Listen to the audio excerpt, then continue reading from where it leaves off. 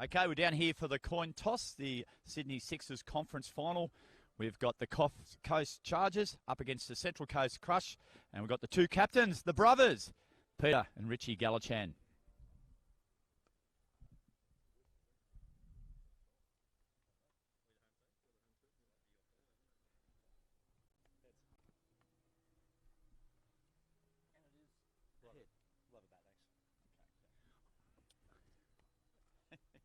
Okay, the toss has been done, and just coming here for you boys. Join me, Pete. Richie, won the toss, mate. Going to have a bat. What do you think of how it played in the first game? It looked like it played all right. Maybe a little bit too paced. I don't think it's going to get any better throughout the day. I think it's only going to get worse. But I think batting first in a big game and runs on the board. I know statistics would probably support teams chasing at the SCG if we look at Big Bash sort of stuff. But I think runs on the board against any team is going to be handy if we can bat well. All right, well, 50% good luck. Pete, what about you, mate? Now, did you ever think you'd be here captaining against your brother on the SCG? Mate, I'm a silly man, but I'm not silly. No, I certainly didn't think so. But I'd be lying if I said it wasn't a bit of a dream come true, mate. I didn't expect my older brother to be on the side of the coin toss, but adds a little bit of flavour to it, mate, as well. But yeah, big day, and we've been pumped for a long time, so very excited. And what about you, mate? You're going to bat. What would you done? Oh, mate, look, I won't lie. Probably would have batted first. I agree with Richie on that. Probably from the same school, as you'd imagine. I do think runs on the board, but in saying that, 50-50 really. Whatever you do, you have to do well. And that's just the way it goes, mate. We've got a good bowling side and a pretty decent batting attack too. So look, it's the way it goes. We're going to have to do it well. All right, there we have it. The two brothers, Richie and Peter Gallichan. The Coffs Coast Chargers are going to win the toss. They're going to bat. And good luck, boys. Now keep it clean, okay, out there today. All right, good luck to both of you. There we go. We'll be back up to the commentary position soon. What should be a cracking conference final for the Sydney Sixers.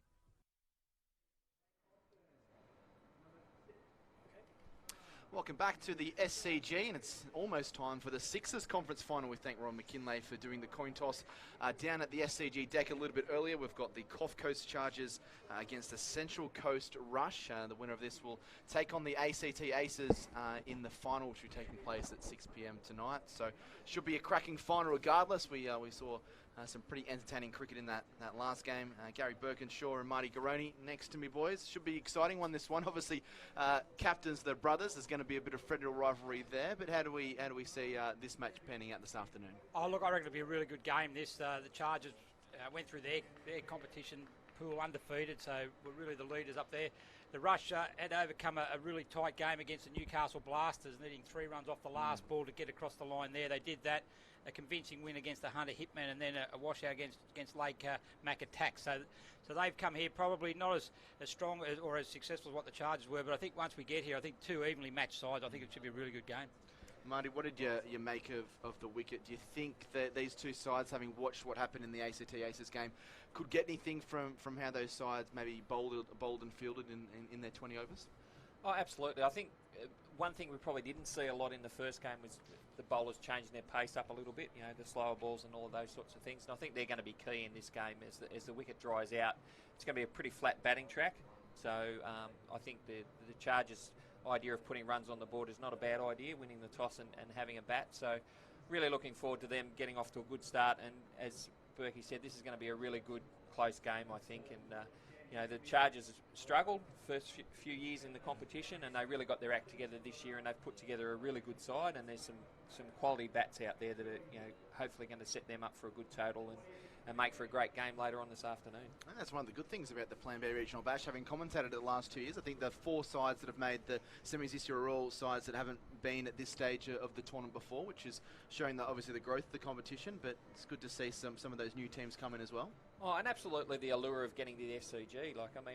Teams have seen probably our coverage of the other sides playing there. Listen to you, Marty, and they want you to commentate in their last name. Well, I'm not too sure about that, but definitely the allure of playing on the SCG and being able for it to be screened back to their local people and being able to watch your friends and relatives play on the SCG is something pretty special. So teams have put a lot of effort into this, and the Chargers and the Central Coast have done exactly that this year to get here. Gary, do you reckon you can identify maybe a player from each side or a player from one side that you're going to be watching closely in these next 40 overs that you think they can leave a bit of an imprint on the game? I reckon for the Central Coast Rush, I reckon Adam Taylor, opening bat, left arm bowler, spin bowler, I think he will be pivotal for the Central Coast Rush's chances.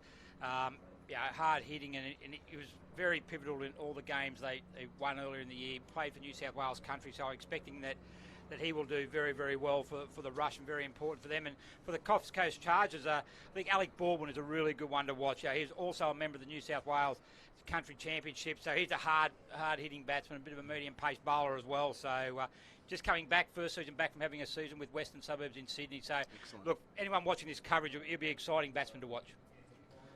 We'll just run through the two sides. We've just seen down on ground level, just both teams get their photos in front of the Plan B Bash. I guess kind of background there. So yeah, good to see the players there. We can see Brucey Whitehouse working his backside off down there and making sure everything's organised. Good on Brucey there as he's doing a bit of a jig. Just one thing there, you see on the left there, you see Richie and Peter Gallachen there with their mother and father having their photo taken in front of the SCG members pavilion. I think that's what this regional bash really does, give players and families the opportunity to see to come not only to play on the SCG but to see their children play on the SCG as well. I think it's fantastic, and that's a great story which no doubt we'll talk about more during the coverage. The Coffs Coast Chargers, they line up like this: Josh Bartlett, Eli Fahy, Alec Baldwin, Blake Austin, Richie Gallachen, Ben McMahon, Doug Harris, Luke Cox, Nathan Ensby, Braden Honeybrook and Dominic Beaumont, while the Central Coast Rush, Chris Archer, Blair Lindsay, Hayden Murphy, Peter Gallachen, Ben Cohen, Steve McCabe, Jack Houston, Scott Birkinshaw, Kobe Allison, Brock Hardy and Adam Taylor. So still a few minutes until we kick off proceedings here, as we no doubt we're going to see the players come out of the players' tunnel shortly. Do we have any pre-match predictions of who's going to get out on top of this one, you reckon, Marty? No prediction about who's going to win, but I think, especially for the Coffs Coast Chargers, their top three are the key. You know, they've got Alec Baldwin, Luke Cox, and Trent Mitchell are going to be their top three batters, and you know they're the ones that are probably going to have to do the majority of the work for them with the bat. And if they get off to a flyer, then all of a sudden they're going to set a pretty big total. So it'll be interesting to see how they kick it off. And I'm pretty confident if they can actually get away to a good start, they're going to set a really competitive total. Yeah, it'll be interesting to see how many runs they can get in this first dig, because we saw Central West Wranglers probably be about 15 or 20 runs short in the end. The ACT Aces knocked home the winning runs at the start of the 18th over, so another 20 runs could have made things interesting after they had them 4 for 50 odd at one stage. So I'm sure the Chargers would love to kind of get something around that at 140, 150 mark. It would certainly make up for an interesting second 20 overs. Most definitely, and I think that was the thing. We spoke about that 140, 150 as being the score that they needed to get, and if they had got that, I think that would have made it a really competitive. Not suggesting it would have got them over the line, but definitely would have made it very competitive against the Aces, and the Aces really weren't stretched too much in chasing that 111. So definitely upwards of 130, but preferably 140, 150 to make a real competitive total. We come both the sides. The Coffs Coast Chargers making the two batsmen making their way out to the middle, and we can see the Central Coast Rush and their bright yellow jerseys making their way to the outfield as well. So nice little attendance has been continued here throughout the afternoon. We saw a fair few people for that first game in the Thunder Conference Final.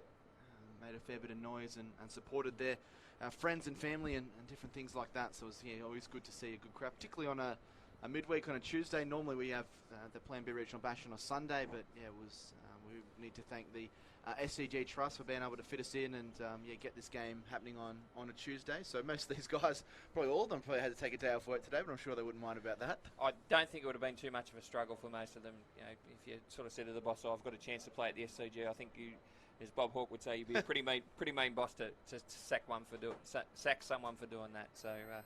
And that sums up country cricket real well. You know, a lot of tyranny of distance, a lot of travel to play representative cricket, so that does take a lot of time off from the players, and a lot of credit goes to the boss and that out there who give them actually time off to not only play in this competition, but plenty of other representative competitions over the course of the year. So, as I said, to miss out an opportunity to play at the SCG, I'd hate to be the boss to say no to that anyway. You'd be kicking yourself, wouldn't you, Gary? I wouldn't want to be in the same room. We've got Luke Cox opening up. Facing up, and I think we've got looks like Adam Taylor bowling spin to start, so that's going to be a bit of a change straight up. Yeah, Adam, not about the bowl on the left arm, more of a slider, I suppose, than probably a spinner, but really good success at the country championships. Starts up with a short of length ball on middle and off stump, and it's just defended down the ground.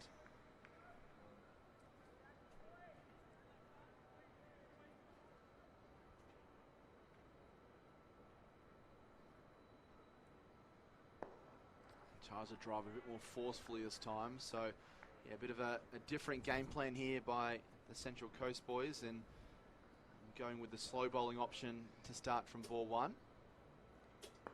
This one lofts down the ground, not right out of the middle, but gets it outside the inner circle. They've collected one, and they're going to come back for two. There's a bit of hesitation, but luckily in the end, Trent Mitchell was able to get back, and there was no problems there. So they get their scoreboard up and running, none for two. One thing you notice with the Central Coast, they will be very spin orientated with their bowling attack. They've got 3 left arm spinners, which is quite unusual in cricket today. So they've got another Brock Hardy, another young one to bowl right arms off spin. So they will be very spin orientated, their attack today. It's a tidy start here.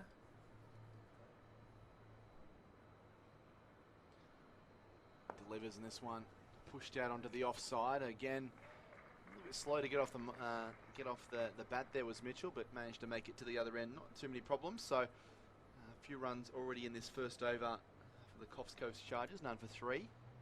Sort of easing their way into their work, having a bit of a look at the bowling, which is, again, you've got more time than you think in a T20, so you can actually have a look for a few deliveries each, and then start getting underway with the bigger scoring.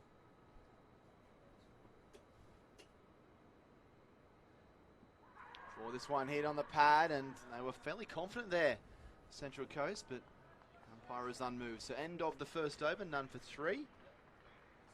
Yeah, good start there by Adam Taylor, and that's what you're going to get from him.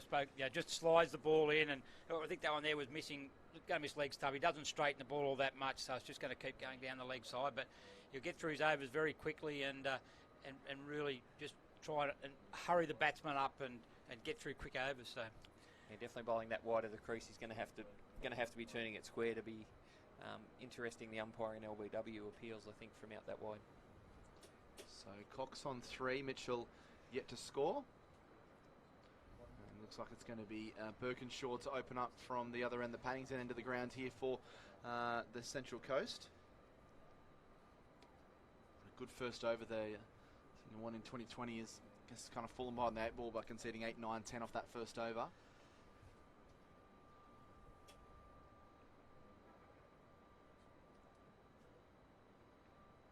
So Scott Birkinshaw, another one who actually represented New South Wales country this year, had a really good carnival down at Shepparton, and they'll be looking for him to take early wickets. That's his job.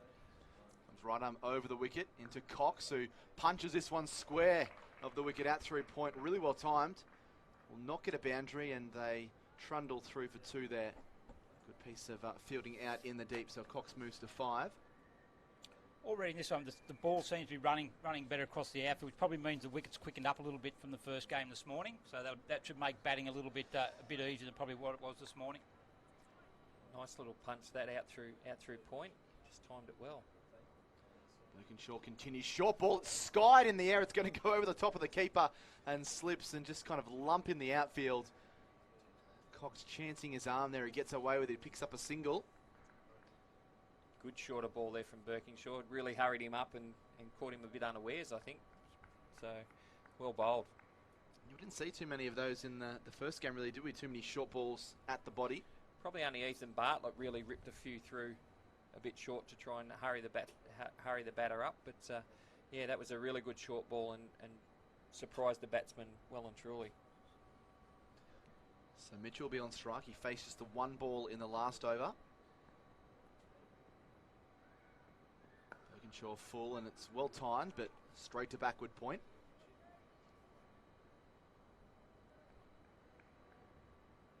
Yeah, nice and full, just drawing him into that, sort of not really giving him enough room to really free the arms up to punch it through the offside. And all he managed to do was glide it to sort of a deepish gully, really. Birkinshaw bowls, and this one is skied in the air out through mid-wicket. It might land in between all of them. No, it's comfortably taken in the end. That was Brock Hardy, I believe, who took that catch at 24. got a 24, but I'm feel that's Brock Hardy who took that catch there. Was really, really good. Really talented young fielder. It's no doubt about that. He's moved really well to get to that ball. Once again, I think got on the batsman a bit quicker than he expected, and this guy's up there and took. Yeah, that's a really, really good catch. Made it look so easy. The value of youth. Nothing worries them when they go high in the air. So a good early wicket there for the Central Coast Rush, and we spoke earlier about the need to get off to a good start. So certainly a good start for the Rush. It's one of those ones that we see in the short form and in one-day cricket as well, a bit, Marty, where sometimes it can fall in between all three fielders. They better get confused, but it was good communication there for a couple of them to pull out and let young Brock Hardy get underneath it and take a good catch. It was a very good catch, and good communication between the three fielders. Probably all three of them could have got there in the end. It actually hung up in the air that long, so good communication, good catch, and really well bowled. Really hurried him up short, about chest height. Just got onto him too quickly, and he couldn't get over the top of it. So Birkinshaw continues. He's got the first wicket. This ball is short-armed, really just across the line. It goes down towards fine leg and almost reaches the boundary. Probably gets within a couple of metres of the rope down there in front of the Barwongal stand, and they collect two more. So after crossing, that meant that Cox is on strike that ball, so he moves to a runnable 8. Scored all of the runs so far with one ball left in his second over. Wouldn't say he's looking entirely comfortable, Cox, but he's keeping the scoreboard ticking over, which is obviously the main job early on in the innings. Birkinshaw bowls, pitched up and lofted down the ground, and it's almost would have been an awesome catch. I think that might have been Hardy again out there. And they come back for a second. It's a dive at the non-striker stand, which gets him home. So it's kind of all happening here at the City Cricket Ground at the moment, but two more to Cox as he ends fairly good over there for them. 7 coming from it. Did lose the wicket, 1 for 10 after 2, and Cox is 10 from 9. Baldwin yet to score. Probably a missed chance there for the Coast, like the Rush. They should have got a run out there. That throw was really sort of very limp, getting back to the bowler's end, and then he would have been a long way out if it had been a flat, hard throw. Yeah, it certainly wasn't 2 runs in that. It was at a good. It even looked like the batsman who was coming back was a bit unsighted by the player on the ground, and halfway down you would have seen he's in all sorts of trouble. But throw a little bit wide, and they got through for the 2. So. An interesting over. They got 7 runs off it, lost a wicket, but they kept the game moving forward. So Adam Taylor to continue with his spin. And this ball just wraps him on the pad and bobbles out onto the offside. Again, that's that optimistic appeal for that one that he's bowling. He's bowling almost outside the return crease from the Randwick end, and it's got to turn a long way to be straightened to hit the stumps from there. Forward and pushing his Baldwin again, taking on this Central Coast field. And they win this battle as they scamper through for a single, and Baldwin gets off the mark. Again, another clean pickup, and he would have been in all sorts of trouble. So they're risking their arm running between the wickets, that's for sure.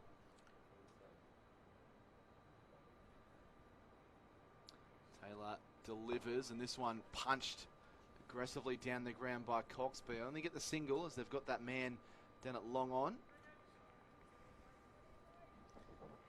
Yeah, we spoke about earlier though, about the running, taking on the field, and this type of the game, you've really got to be taking the chances and make them throw you out.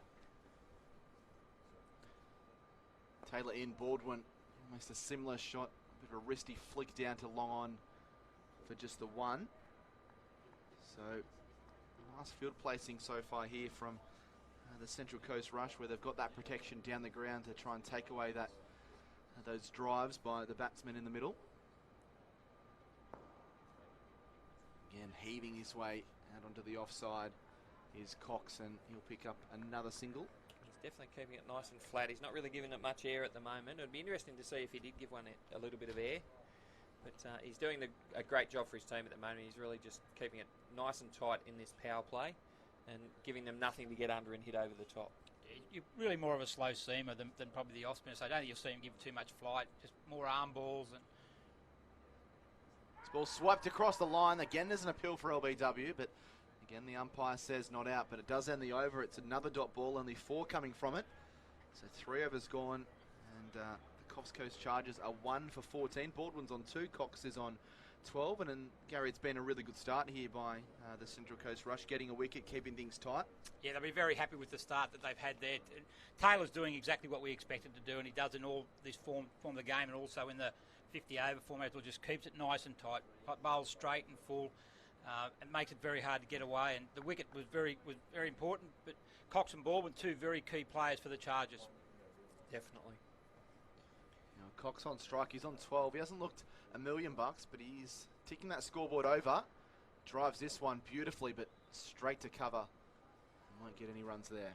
I think in the last over he started to hit them a little bit better, and he's starting to find his groove a little bit out there in the middle. So an important time now to try and get, if they can sort of get a couple of 10 running overs in the last sort of 3 overs of this power play, that's going to get them up to a reasonable score at the end of the 6 overs. Something the Central West Wranglers struggled with, wasn't they? Didn't take advantage of that power play in their first innings. He slams this ball over the top, a backward point. Again, he won't get 4 for it. In fact, they only get 1. He was that well struck.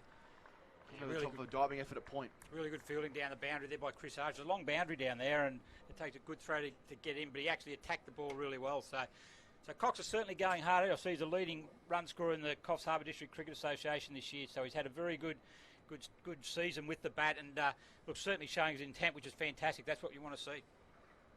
Probably sort of hesitated a little bit after he hit that. He thought it was going for 4, and probably didn't take off as quickly as he should have for the 2. So probably left one in the bank there, but nice shot.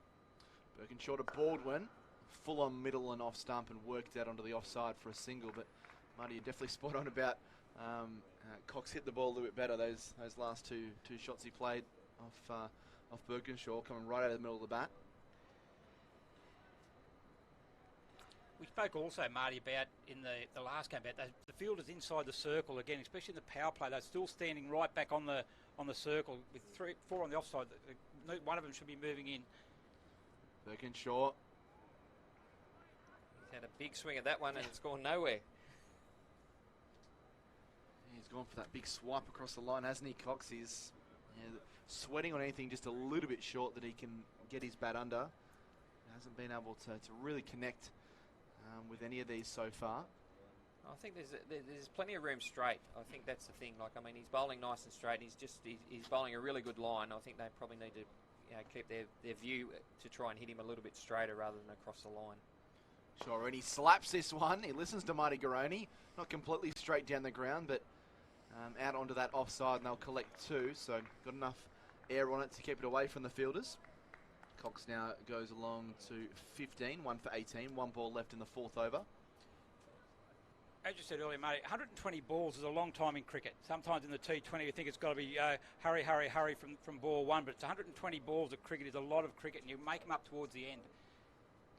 Last ball, he skies this one out towards deep mid-wicket, and he'll take 1 bounce and find the rope for 4. So Cox again not smacking it right out of the middle, but it looks like it's been a no ball, so it's going to be 5 to the total, 4 to the batsman, and it's going to be a boundary. So that takes the score now to 1 for 23, and it's going to be the free hit as well, which becomes invaluable. But something that I've certainly seen in the short form lately, boys, has been the fact the free hits aren't really getting dispatched to the boundary. It's a lot of 1s and the occasional 2. So we'll see how Cox can line up here against Birkinshaw, whether he can really wind up and maybe hit one into the members' stand. Birkinshaw comes in, and he tries to connect. He gets a bottom edge through fine leg for 4. So 9 runs effectively coming off these last 2 balls have all of a sudden added a bit of a shine to this scorecard for the Coffs Coast Chargers. They now go to 1 for 27, Cox to 23, with a couple of boundaries, Gary, to finish the over. Yeah, Cardinal sin bowling no balls in any form of the cricket, let alone T20, and he paid the penalty there, Birkinshaw, by actually inside edge. It doesn't matter how they come, but the ball shouldn't have been bowled, should have been end of the over, and he got out of it. But well done to Cox, he made the most of it, and and that, a good over there. They've got 1 for 27 now off 4 overs, and it's a good start. Very good start now, and they're starting to find their groove, and Cox has done a really good job. He's got himself in, and then he's taken advantage, and a couple of, like a lucky shot off the free hit, but that's the beauty of having a free hit. But the shot before was a really good shot to get off, get it up and over and out for the first boundary for them. So Taylor's continuing, so he's got none for 7 into his 3rd over, so patience being shown with him as he continues to keep things tight from the Randwick end of the ground. It's back and cutting, and he gets this one through the infield as Baldwin. Not out of the middle, but goes well down towards the boundary, and they collect 2 more. So Baldwin now starting to get into the act as well. He moves along to 5, 1 for 29. Yeah, good use of the crease there, backing away a little bit to create room to hit it through the offside. So good batting there by Baldwin. That run rate 6.7 at the moment, so it's spiked in the last few overs as Baldwin tries to absolutely tonk this one down the ground, throws the kitchen sink at that and then some, and doesn't connect. So trying to go inside out over cover. There's a big gap out there, which is probably rather inviting for him. But again, Taylor's bowling really, really well. Taylor into Baldwin. He lofts this one beautifully over the top. One bounce into the fence for 4. That's the shot he was looking for, and just struck that firmly, really well timed. And Baldwin now moves to 9 off 9 balls, 1 for 33. Yeah, really good shot there by Baldwin. Didn't try and overhit it. He just kept his shape nicely and hit the ball in the middle of the bat. And very good shot there. Didn't try and hit the ball too hard, which is probably the key there. And now he drives this one, but hits it straight to cover. And they think about a single and decide that it's not worth the run-out opportunity and gets sent back. I think the key there for Baldwin, especially for the last 2 balls, is he's actually kept still.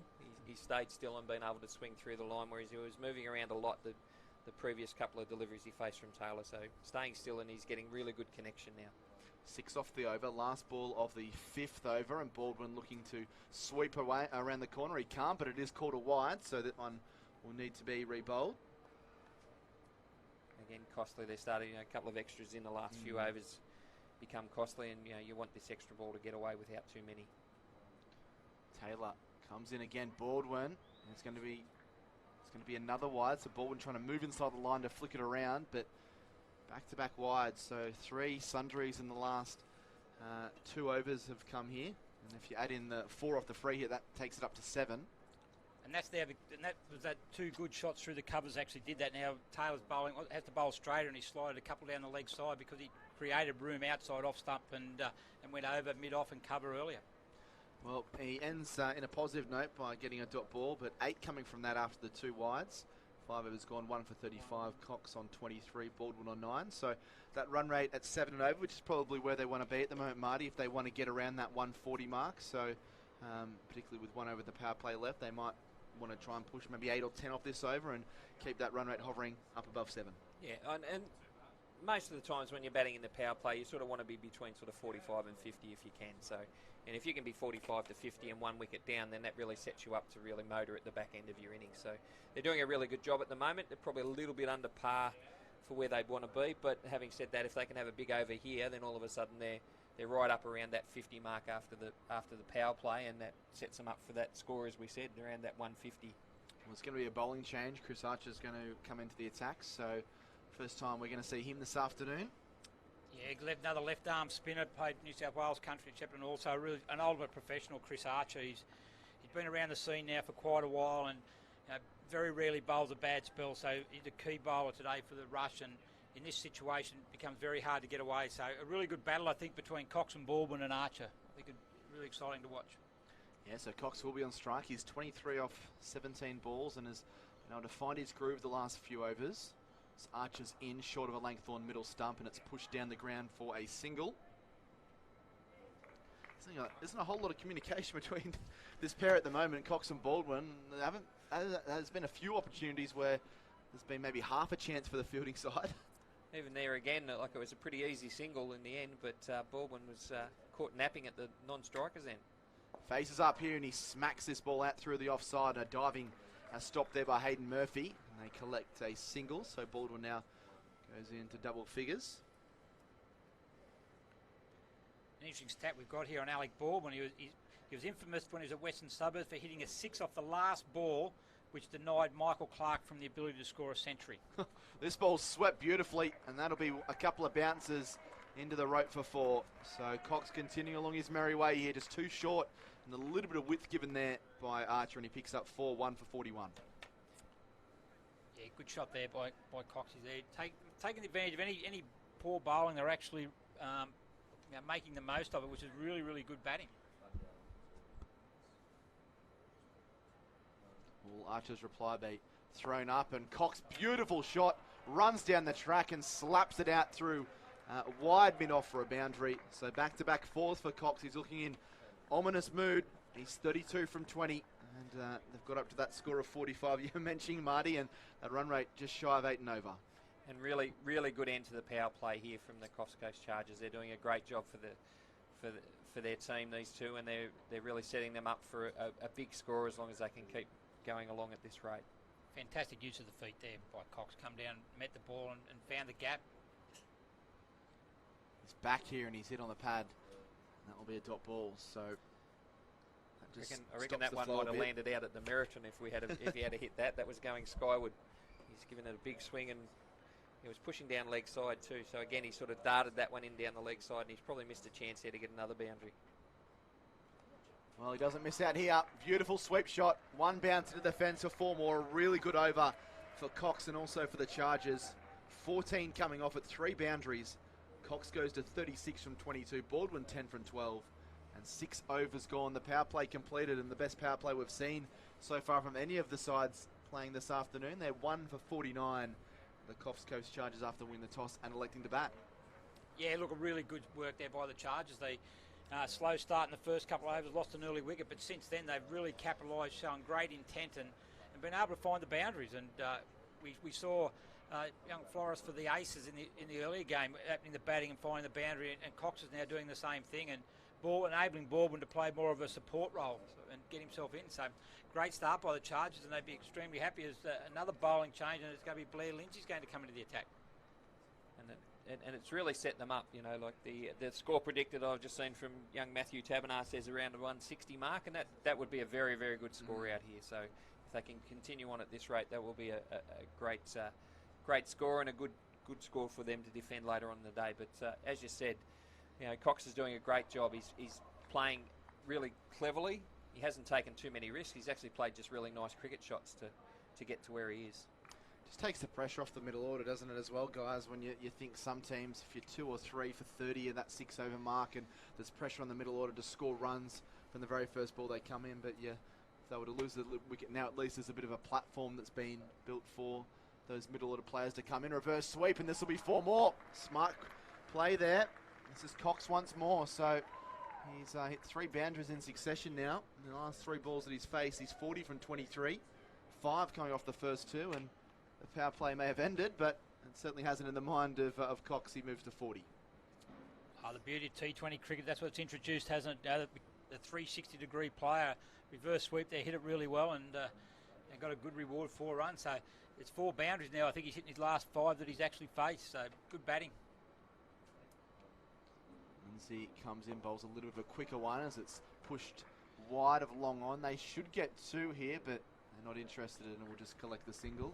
Good fielding again by Chris Archer. That brings up the 50 partnership for these two too. So they've done a really good repair job after losing that early wicket, and great batting again from Cox. Bowls him up. So just trying to push that one around the corner was Baldwin and just got a little bit stuck on the crease and it crashes into the stump. So Lindsay does get a much needed breakthrough for the Central Coast. Baldwin departs after just trying to use that sweep paddle shot just to get it around the corner, but he departs for 11. Good partnership comes to an end, and now the Chargers are 2 for 55. Probably didn't need to do that. Like Cox is going along quite well, and he was doing a really good job of just rotating the strike and getting him back on strike all the time, and probably didn't need to take a risk like that at that stage. There was plenty of gaps out on the leg side where he could have just punched that one out and got 1 or maybe 2. So, yeah, a needless wicket at this stage, I would suggest, for the Coffs Coast Chargers. Yeah, I think, mate, it's just good partnership is knowing what your role in the partnership is, and with Cox going the way it was, his job was to get another single and just give as much strike as possible to Cox, and he went a bit too far across trying to get that fine sweep in, and good partnership though, but certainly a wicket that the Rush really needed then. They definitely on top the Chargers, and now a wicket, what does that do to the complex of their innings now? So Galachan, the new batsman, he'll be on strike, so entertaining opening over here from Lindsay. A boundary, a wicket and 6 runs so far coming from these first 4 balls. Galachan forward and defending out onto the offside, so no doubt Central Coast will just fancy their chances a little bit now to try and build some pressure and build some consecutive dot balls.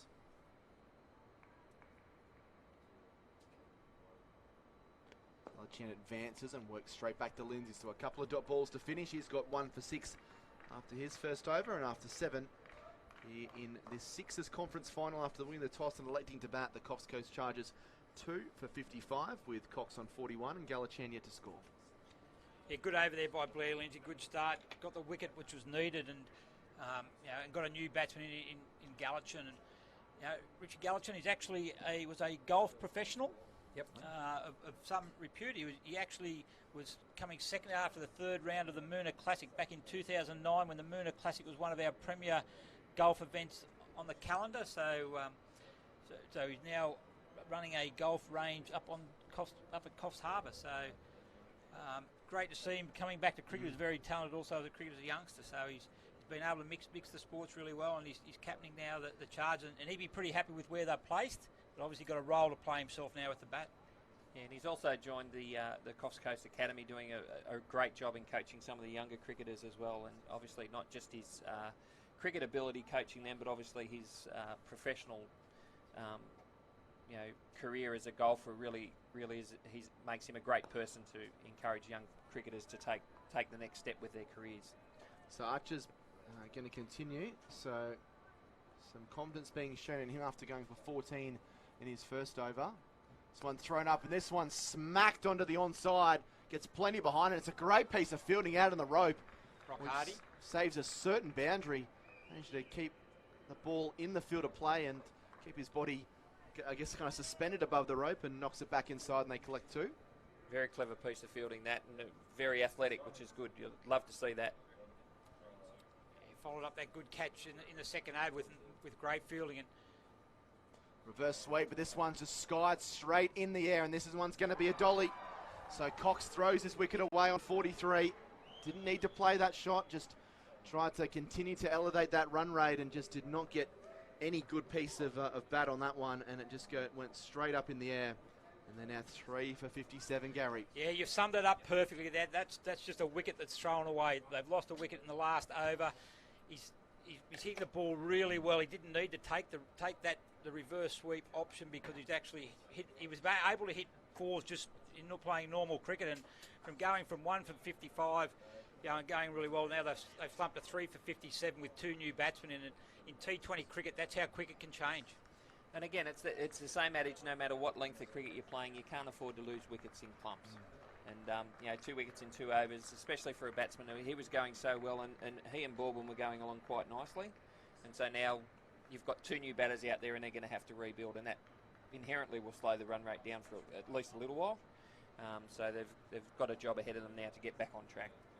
Exactly right. And what it also does is it gets the rush up and about in the field, and I don't think you can emphasise enough how important that bit of fielding from Hardy was out in the boundary. All of a sudden, if it goes for 4 instead of 2, then does that then change Cox's mind, so he doesn't need to hit that boundary? But really good work by Hardy, and 2 new batsmen at the crease. Archie with the ball in hand. Expect the rush now to really come in really hard right now. Ben McMahon's come out to the middle.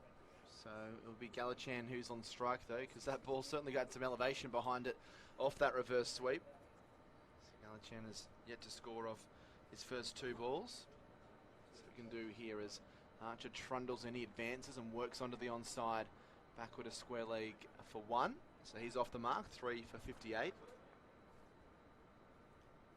Yeah, nicely just worked onto the leg side there. There's a lot of space out there on the leg side, and maybe if you hit a little bit square, he would have got a couple there too. There's some big gaps out there, and again, not really a fan of the field where you've got an infielder who's almost standing directly in front of an outfielder. You really need to be covering those gaps a little bit. I'd like to see that player at mid-wicket a little bit squarer, so that he's actually covering a bit more ground in there. This one a little bit flatter, and McMahon's forward and defending onto the offside. So only 3 have come from this over, so not only have they picked up a couple of wickets, the Central Coast, but they've been able to really pull that run rate back, because at one stage I think it was 8.2. Now it's dropped to 7.4.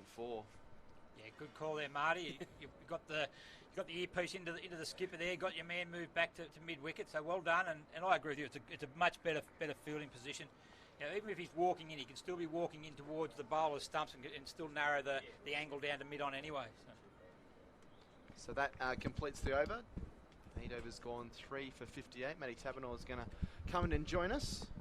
Galachan on 1 and McMahon on 3. And just someone on Twitter, Marty, has said, Daniel Beswick, who I follow on Twitter, says a bit of a yarn, Jack. Can't remember the year, but I'm 95% sure Richie Galachan played the New Zealand Golf Open, missed the cut, caught a flight back into Sydney to play a Central Coast semi-final while he was on the Central Coast and made 100 in a winning game. Wow, that's not a bad effort. Pretty good story as well. Yeah. I think I don't know whether the compensation of making the 100 would have made up for missing the cut and the payday, but I'd imagine he would have finished the weekend a lot happier than he started it after missing the cut in the golf.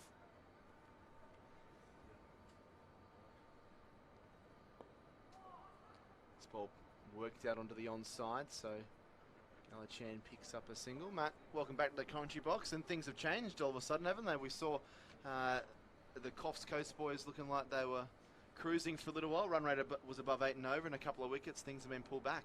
Yeah, that's what's so good about 2020. It only takes 1 or 2 wickets and the momentum changes, and now it's a 50-50 contest again. 2 new batsmen at the crease, so you want that established batsman there, and now they don't have that, the Chargers, so they've basically got to start again. So it's a good opportunity here for the Central Coast. So Lindsay continues. This one's thrown out with a little bit more air and just tucked on, just short square leg by McMahon. So he's off the mark. He goes to 1 from 3 and Galachan 2 from 4. So trying to rebuild the Coffs Coast lads. 3 for 60 in the 9th over. The spinners are doing a really good job here for the Central Coast rush team, and they're really tying it up and making it really difficult for them to score anything other than singles. Again, this one speared in at middle and leg stump there by Lindsay, so he's well into his 2nd over and only conceded the 8 runs, so he's doing a really good job of tying these batters down and not really giving them any width where they can free the arms to play into these big shots.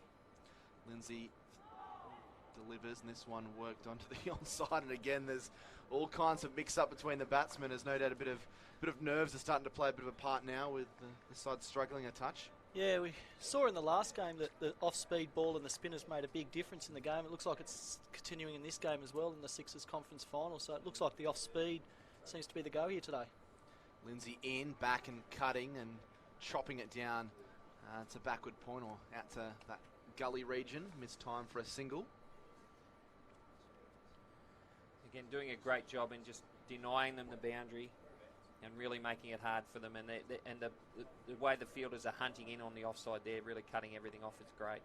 Driving back to Lindsay. That's a great over by the slow bowler. Only 3 coming from it. He's got 1 for 9 from 2. McMahon's 1 from 4. And Galachan is 3 from 7. But collectively, this pair's only scored 4 off 11 balls. And it's been pulled back, that run rate. It's below 7 and over now. 9 gone. 3 for 61. Galachan 3, McMahon 1.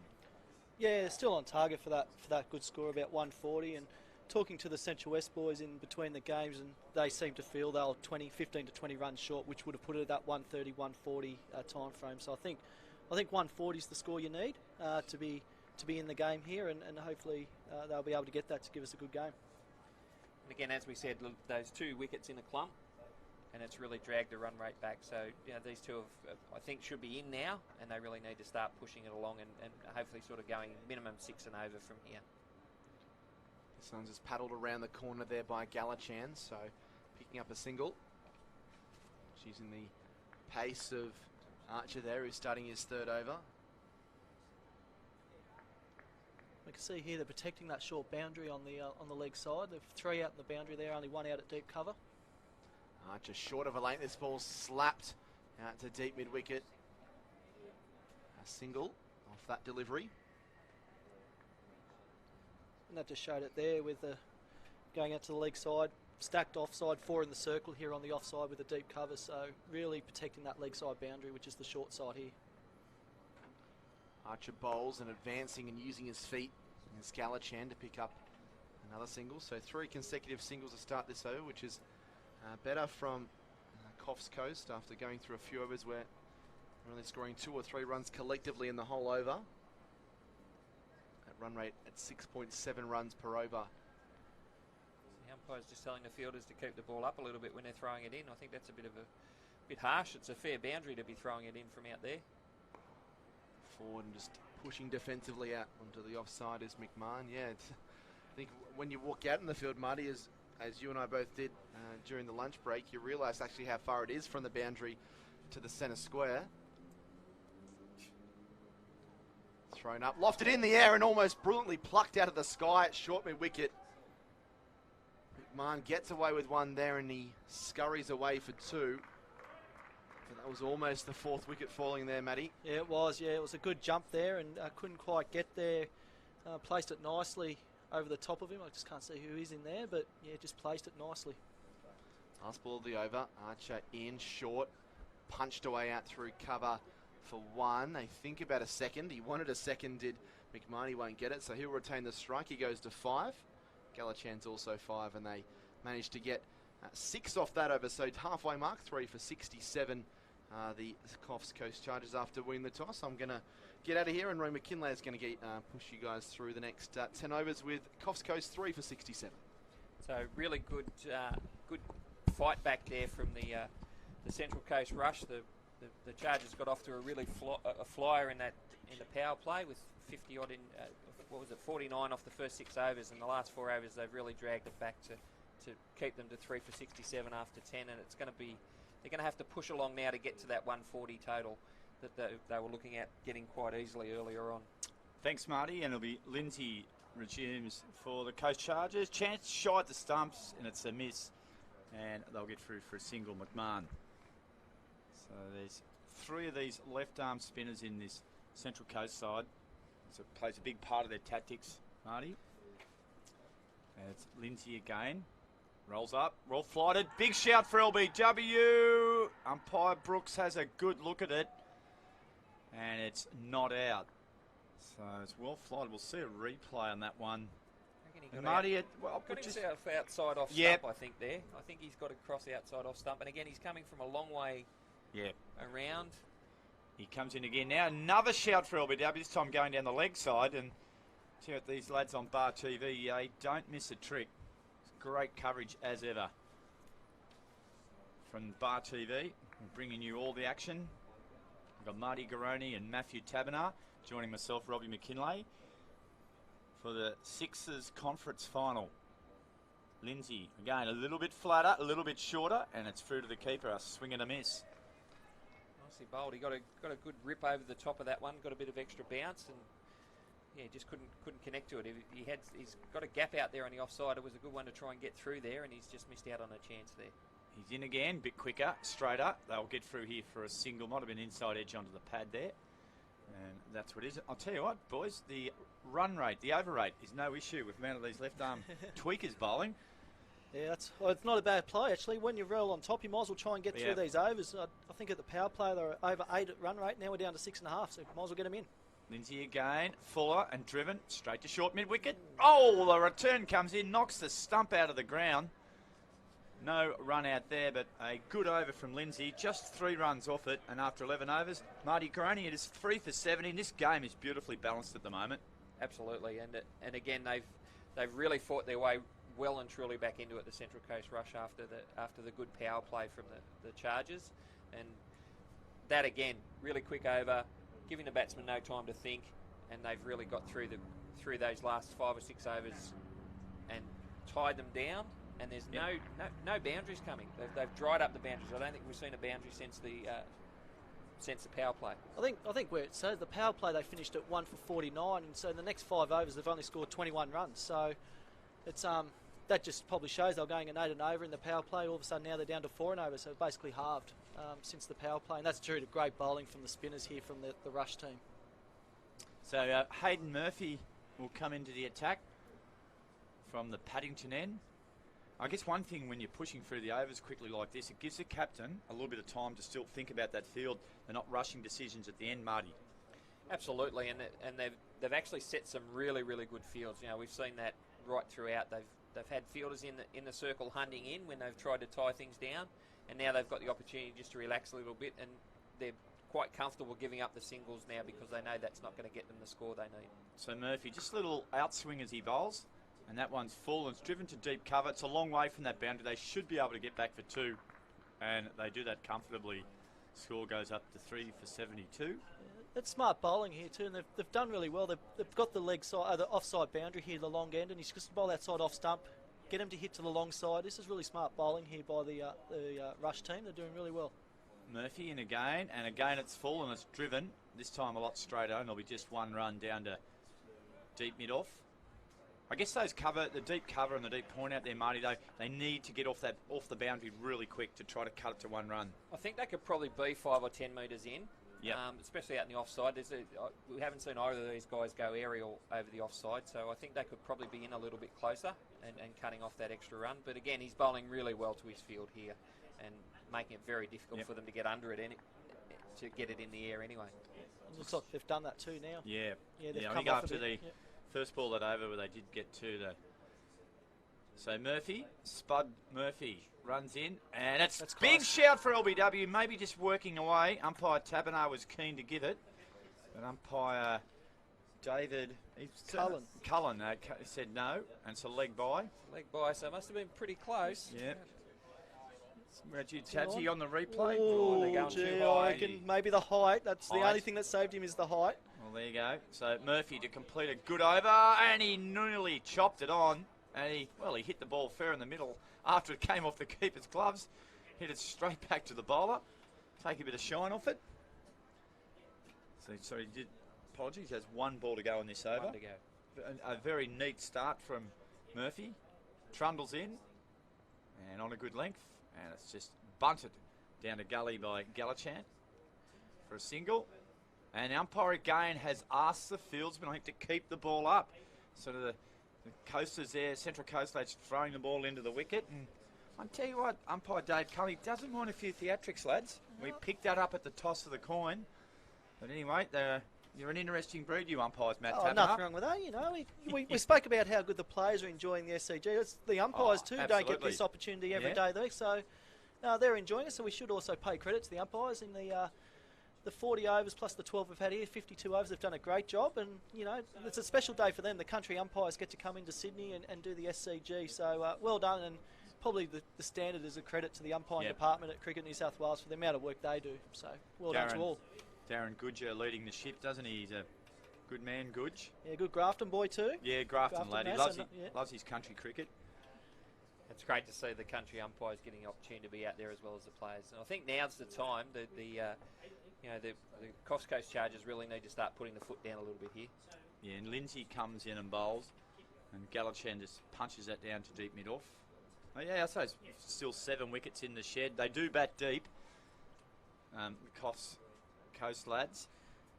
And I think we saw that in the last game as well. The Wranglers had wickets in hand but didn't go hard early. I don't think we'll see the same problem here. McMahon on strike, gets a short ball. Oh, misfield. This will be costly. It might even go all the way to the boundary. It will. It's pretty quick through point there, and it does. And, well, a bad misfield there right at point. And it's 4 valuable runs there to the Chargers. Released a little bit of pressure. They hadn't had a boundary there for about 7 overs, I think, so that's released a lot of pressure there, and they've got that one out through point for 4 off the misfield. Just what the Chargers needed. As Lindsay comes in again, a bit quicker, but still short, and he's found the gap again. They should come back for 2. Good work on the boundary, yeah, and it is just keeps the score into 2 there from Hayden Murphy. So good start to the over, Marty. 7 runs off it halfway through. I think, like, from here on in, they probably need to be looking at 8 to 10 and over. Yep. From here on in, and that'll get them around that 140, 150 mark. So they really need to keep the foot on the pedal now. Well flighted by Lindsay and well played too by McMahon, who now moves on to 17 off 17 deliveries. Galachan has been a little bit more cautious at the other end, 9 off 16, 3 for 84. We're into the 13th over. Beautiful day here in Sydney as Lindsay comes in, bowls, and it's a full toss in the end, hits straight to short mid-wicket. As they are flying through these overs with a host of 3 left-arm spinners. Murphy, the medium pacer, they are ripping through the overs here. Hard shot driven there, wide of short cover, and they'll get through for a single. The keeper did well to clean that one up, Marty. Wasn't a great throw to come in. That completes the 13th over, 3 for 85. Matty Tabernar and Marty Groney, I'm going to ask you to have a little target score prediction here, please, before you leave us, Marty. Just before I leave, I'm going to go 153. Okay, 153 for Marty. About you, Tabsy, I'll give you a little bit more time to speak about it. I set Marty up a bit there. He was briefing the headphones off and I nailed him. Yeah, got him. That's the way to do it. Keep him on his toes, the old fella. He's going around. I'm going to go a bit less. I reckon they're piling well. I'll go in the 145. 145. I reckon that's 60 runs in the next 7 overs. And what about our man, Mr. Birkinshaw, Gary, who's just joined us? Well, I reckon they'll get around 133. 133. So he's gone a little bit lower there. Yeah, but also got to remember too, he's got a little bit of vested interest here, Mr. Birkinshaw. He's heavily invested in the Central Coast Rush. I think I called him the Crush. Yep. At the coin toss. Crush on the rush. Crush on the rush. Murphy bowls. And he has a dot ball, and he did well too, backing up the stumps. As the media linchpin of Holbrook, I think Mr. McKinley should also... Say Riverina, mate. Oh, anyway, Riverina, yeah. Well, you like to think it, but maybe a target for you, mate. Oh, I'll go 142 for me as Murphy bowls, and it's hit down to backward point for a single. Holbrook is Riverina. Robbie, so Yep. when everyone talks about Holbrook, they assume straight away Riverina anyway. So. Yeah, correct, mate. Yeah. The statue's going well, lads, before you ask me. It's all but finished. Yeah. Submarine going well. Submarine looking good. It's always good to sub. Here comes Murphy, and he bowls full and well kept out there by McMahon for 18 off 18. So is a statue next to the submarine, on top of the submarine, or where is it? Oh, there's a statue of some sort. I don't think it's that big. In fact, it's non-existent, I reckon. As Murphy bowls now, and a heaving shot out to deep mid-wicket on the second bounce. Good shot there from Galachan, but just for the one run. So sounds like the head might be the biggest part of the statue by the sounds of the way you're going here, Robbie. Yeah. Sounds like it must be in the sub. It's, of course, a great town named after Commander Norman Holbrook. Here comes Murphy, and this one hits him on the pad. McMahon, yeah, might be an inside edge. Yeah, might have went up if there's an Umpire inside edge. Cullen here, he'll give us, he just keeps, you're dead right, edge, Matthew. Yeah, that one looked fairly straight. I think edge. they would have went up without a inside edge there. So Holbrook was called Germantown during World War I, Gary, and it wasn't a real appropriate name for obvious reasons, as Murphy bowls full, and it's straight back to the bowler, and they were looking for a quick name change, and it was Commander Norman Holbrook, who at the time sunk a Turkish U-boat in the Dardanelles, and they named it after him, a British submariner, and the tradition continued. There you go, boys. That's a bit of history for you. I know you're disappointed there's no Riverina towns here today, but yeah, let's get back to the cricket at the SCG. Yeah. Thanks for that one, Robbie. That's a beautiful history lesson there, mate. But that's really good over there by Murphy, doing a good job through the middle overs. Yeah. He's gone for none for 9 off his 2 overs, only 4 off that over. So a really good job for Murphy as we're getting returning to the quick bowling. Young Jack Houston's coming into the attack. He's Tell us a bit about him. Well, Jack is a young 17-year-old plays for the Kincumber Avoca club. He's very tall, but very, very raw. He's an exciting fast bowler and been represented up through the pathway levels at junior level. So he's playing his first year of senior cricket. So really doing a really good job making the rep side in his first year of senior cricket. So he's done very well. Central Coast have had a very successful run at it this year in all competitions. I think they'll be a Monty to win the Hog Silver Award. As he comes in now, is that a bottom edge? No, it's not. You mean retain the... Oh, sorry, retain it, okay. You pounced on that, didn't you? You did pounce on that. I think they've already got it. I don't think they, even with the country final in a couple of weeks at Bradman Oval, I think they've Is that a retained bonus for the coaching staff around the traps? Yeah, he's done a great job, Glenn Rowlands. Yeah, he really has been involved in Central Coast cricket for a long while, and as we watch Houston come in and bowl again, and right on target, there's a run-out opportunity at the far end. Yeah, you've had a great run at it. And good, he's been a former winner of the Coach of the Year in Country Cricket New South Wales, Glenn Rowlands. Yeah, he won it last year, and he's got to be in the running to win it again this year. And just the program he's got, he's developed from the under 14s right through, even younger than under 14s through to open. So well done to Snoopy. He's over there under the tent. As Houston runs in now, and a slower ball, and it's weighted on very nicely by Galachan, but very well fielded there at point. Looked like young Steve McCabe. Yeah, McCabe missed the early one there, so I think he might have lost 3. I think on the last field, I think he might have picked it up there. So squared him up. So well done. Of course, Glenn Rowlands was a prolific run scorer too in Central Coast cricket. Holds a lot of records up there. Yeah, played in Sydney as well. For, Yep. I think it was for Western Suburbs he played for as well. As Houston runs in now, bowls, and again he beats the outside edge of McMahon. Yeah. Just seeing that short of a length ball again a couple of times, just hard to get away. I just think put it into that deck, put it into the deck, let the deck do the work, and it's just coming a little bit slow off the pitch. But just takes a bit of time to get in. But that one, a bit extra bounce through there, so well bowled to Houston. He's very tall. Jack Houston is very, very tall. Doesn't look like it on the screen there, but he's a very tall lad. And Long legs on the lad, hasn't he? Yes. Bit of Glenn McGrath about him, perhaps. He comes in now, and it's a full Great slow ball. shot. Yeah, slow ball, held up well. Well checked too, as he lays prostrate in the middle of the ground. A little misfield there, but they'll get away with it. And it's just the one run. Yeah, it's probably two there. Just got it to the 30-yard circle there, but probably should have got two. He did look. He turned and looked and just didn't go. And if he went, I think he would have made it. Umpire Ken Brooks in view there, officiating down at the Randwick end. Ken hails from Albury, down in the border region. And comes Houston again, and it's driven again down to mid-on. Bit too much pace on the ball. I'll be surprised if they come back for the second. No, they won't. Another good return in. Doesn't give a lot of LBWs, Brooksy. That completes the over, number 15. Just four singles off it. It was a good one. 3 for 93, 30 balls left in the game. And I'll tell you what, Berkey, your prediction of 133 is looking the fave at the moment. Well, what I did, I took a lot of things into factor before I come up. I just didn't pluck thought about it. 133 out of the air, No, Robbie. you You laughed at me when I say, but I actually put a lot of thought. He went through the overs to remain, how many balls there was, and where the field's likely to be, things like that. So, and come up with 133. Well, that's why you're special comments, mate. You got to come up with that stuff. Pretty special. Yep. And of course, I must say, mate, well, quickly mention Lockhart is named the Veranda Town, isn't it? It is. Where you came from. Yep. And a lot of sculptures. They have the sculpture festival there, and what do they call it, the land of the.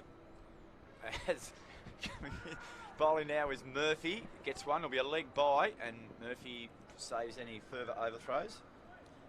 Yeah, if we could, again, that one came in going down leg. Just couldn't get a little tickle down there. No fine leg in play here, so a little tickle there would have brought a boundary, but yeah, couldn't quite Where do were it. you born, Tabsy? Where did you grow up? Was it in New South Wales? Or? No. As Murphy runs in again, we'll get back to you in a minute, Tabsy. Down the leg side, that'll be a wide, I'd imagine it is. Yeah, no, I was born in Brisbane. Ah, okay, Queenslander.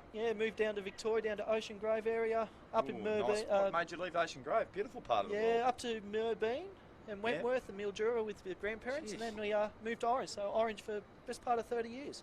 As Murphy comes in again, and a cracking shot. You can hear in our effects mic there down to deep mid-off. They won't come back for the second. Gee, they've fielded well, the Coasters. The rush. Yeah. You've got to be taking two on that, though. At this stage of the game, you've got to be taking. You've got to be start putting With the pressure on the rush fielders now. On the boundary, had some ground to cover down there. And Murphy again, well bowled. It's Yorker length, and all he can do is just bunt it out to short cover for a single. 3 for 97. You can see down here too, they're all 4 or 5 metres off the boundary, so it looks like they've learnt. They're coming off the boundary, which, again, if they can Chargers can find that gap, will probably bring them a boundary, but at the moment they're hitting straight to the fielders. Murphy now, it's a good over again. Again he's full, and again it's driven with a lot of pace, straight to deep mid-off. Yeah, good work by Cohen. He's our sprightly 39-year-old. Doing all the work down there. Doing a good job down there at long off. That's where you put the experienced players down at long off. A position I certainly avoided when I was on the field, let me tell you.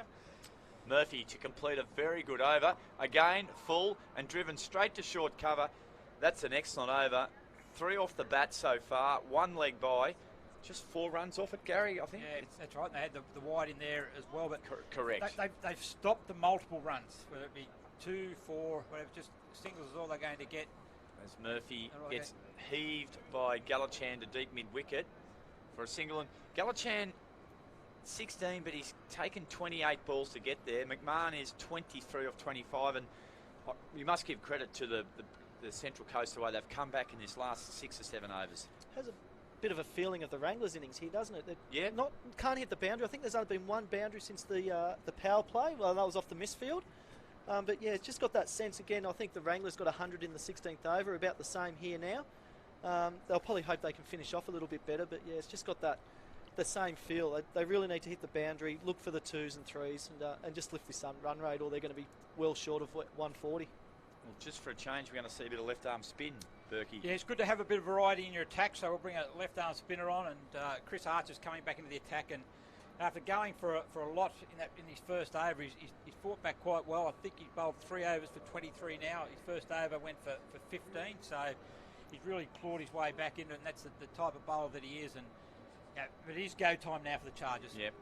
8 or 10 and over, we'll give him 130 odd. As another dot ball, as Archer is driven swiftly to Pete Gallichan at short mid-wicket. So one Gallichan hit it to another.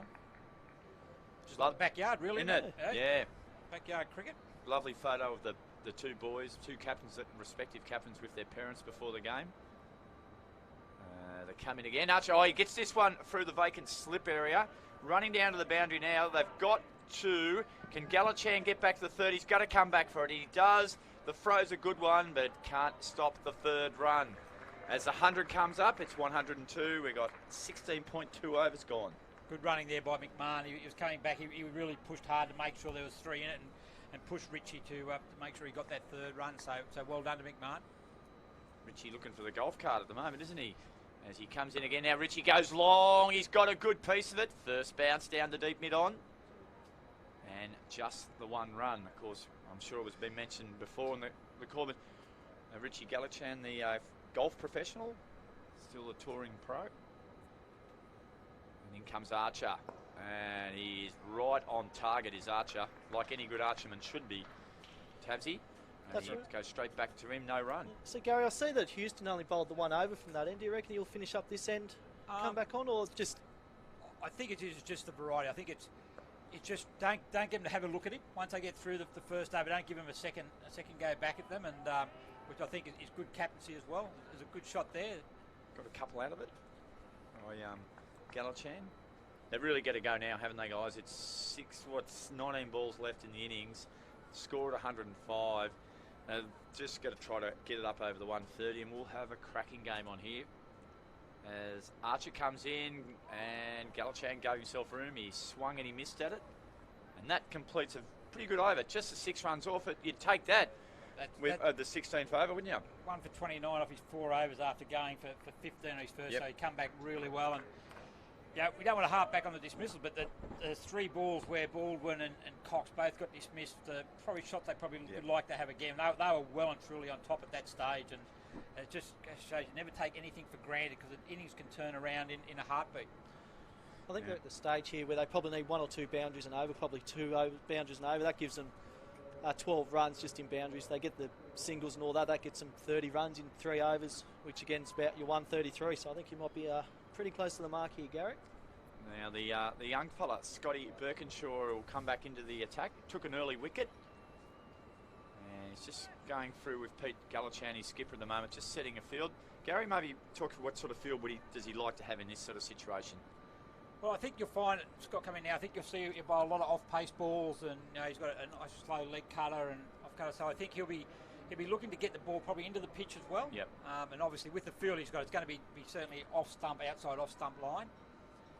Coming off a very good carnival for country New South Wales down in Shepparton.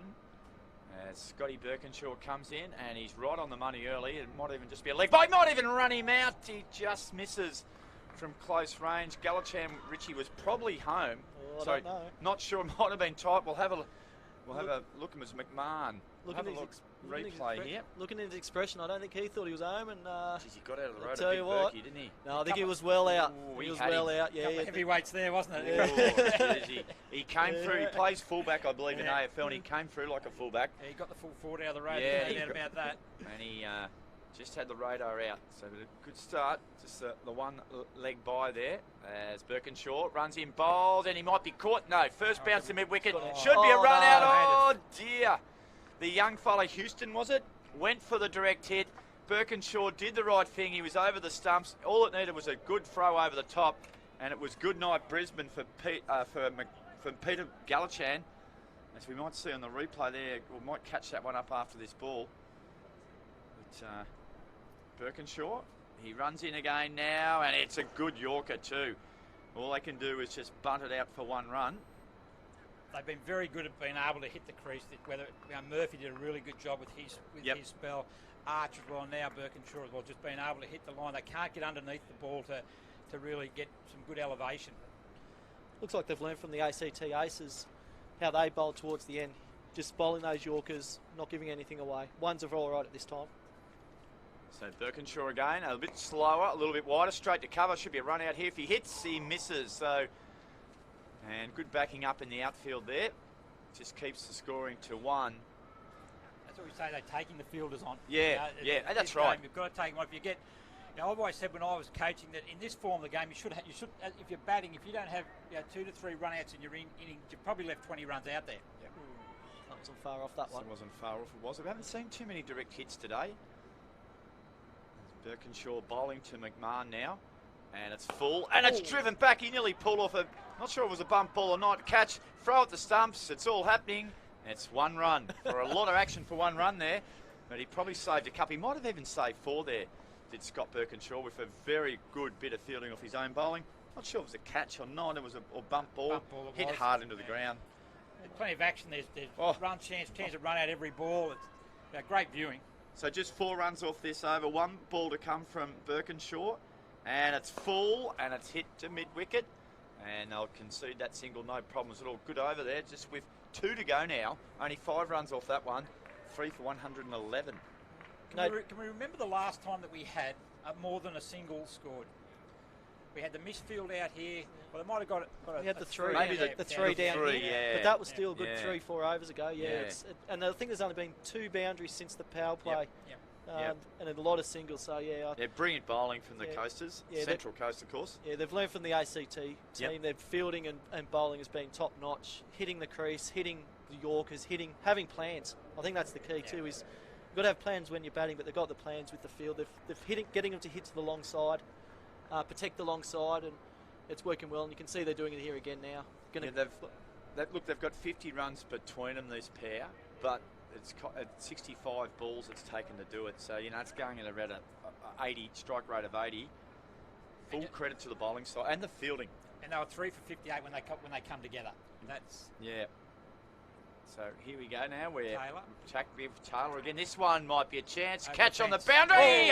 Oh, He couldn't quite get there, the young fella. Young Chris Archer, and that one's powered over the 6 in front of the O'Reilly stand. That's just what they needed. What they needed was someone who was 6'6", not 5'6" out there is what they needed. But it was a really good hit, and certainly welcomed there by the Chargers, and maybe just what Richie Gallatin needs to get him going. So on strike again now, Gallatin. He just chops for short single. That's good cricket. Well, if there's anyone in the team, 1 run. If there's anyone in the team that could have taken it, was probably Chris Archer, being the fielder of the carnival at the country champ. So, yeah, he's probably the one who could have done that. So Taylor in again now. That's driven through the gap. This might even go away for 4. It'll be a tight call. It will get to the boundary. A good shot through point from McMahon. And his score goes up to 30. And it's been a good over so far. 11 off it. And with 3 balls to go. Yeah, another good shot there through. Gave himself a bit of room and go over the offside, and plenty of room out there, so good batting. So Taylor again now. He bowls, and it's well driven by McMahon down to deep mid-off. Just for the single. Yeah, I think they'll like another boundary in this over just to, get it up to the 130 with 1 to go and put a bit of momentum into their last over and when they come out to bowl. 12 off it so far, and it's a heaving shot down towards square leg, and a nice catch taken there by Birkinshaw. Very good set of hands. Good AFL player, they don't drop those. And that sees the end of Peter Gallatin. He's gone for 31, and it's 3 for 123. Good catch out in the deep there. Richie Gallatin obviously going hard for it now, and still got a good piece of it. It's a long boundary out there, and good catch by Birkinshaw overhead there. So just like his old man there, very good overhead in his footy heyday. And I think he read it pretty well in the end. You can see again, long boundary there, 4 or 5 metres off the boundary there, and you can see there it's enticed them to go over the top. At the start of the over at work, they got it over the top of Archer's head. Not quite that time there, so they're teasing him into it. But with only 7 balls to go, exactly the right shot. You've got to go for it. So he gets a general good bit of applause there as Richie Gallatin. And the new batsman in, Mr. Birkinshaw. Looks like it Is might Honeybrook? Be. Oh, Honeybrook. Okay, Yeah, so he's been Brandon promoted up the order. up the order he goes. And he's on strike now, and he comes down straight away. He goes hard. Well, that was... Yeah, it that was Honeybrook. And No, it should have been McMahon sorry, on strike, I McMahon. think it was, McMahon yeah. on strike. They did cross, didn't they, Yep, from that yep. shot. So, and that completed the over. It was a 13 off it, but they did get the wicket of Galachan. And with 1 over to go, the Chargers are 4 for 124. Berkey, your forecast target of 133 is looking pretty good. Marty Garonis is out of the water at 153. Matty Tabernar, you were 145. I was 145, yeah. And I left mine open. You're 142. Yours was 1, 2, 3 with 1 over to go. Yeah. That's right, it was too. So, and the man who's got the job of bowling the last over is Scott Birkinshaw. And he will be bowling to McMahon. On strike now, and it's short. A good slow ball. The keeper will have a chance. No, he won't have a shot at the stumps. And they run through for a leg bye. Yeah. So a good, short, slower ball. Just completely confused McMahon there. That was a bit different. The last over, Birkinshaw just hit the Yorker after Yorker after Yorker. This one he started with a slower ball bouncer. So just mixing it up, not letting the batsman have a go. So it'll be interesting to see how he finishes this over now, if he'll go to those balls or he'll try and hit that crease again. He's Brandon Honeybrook's on strike now. And he has a reputation as a bit of a big hitter too, Berkey, from all reports. Yep. Well, he's been promoted up the order, that's for sure. Well, he's not there for a haircut, he's is a left-arm fast bowler. Yep. So he'd only know one way, I reckon. He's from Clarence. Yep. Thought that was in Tasmania. Yeah, I reckon he shed, over the last 12 months, he shed 30 kilos in weight. Good I'll on have him. to, I'll have to ask for his secret. Well, good on him. He's done well. He He's in good shape, actually. So you got Brandon Honeybrook on strike to Scotty Birkinshaw, and he heaves him straight back past the umpire. They have one. They should come back for 2, and he will get 2. Good throw comes back in. Good start. Yeah, it seems to be might be an interesting player to watch. He seems to be an aggressive bowling and batting skills, so he might show us a bit out there and Well, he's gives made a a bit good of start. characteristics and some animation, which will be good. Yeah. If you get him like that. 127. It could be a genius here, Gary Birkinshaw. Your forecast score of 133 as son Scotty bowls. And it's a full ball that gets hit wide of mid-on. They've got to come back for 2. They will. Not a great throw in there.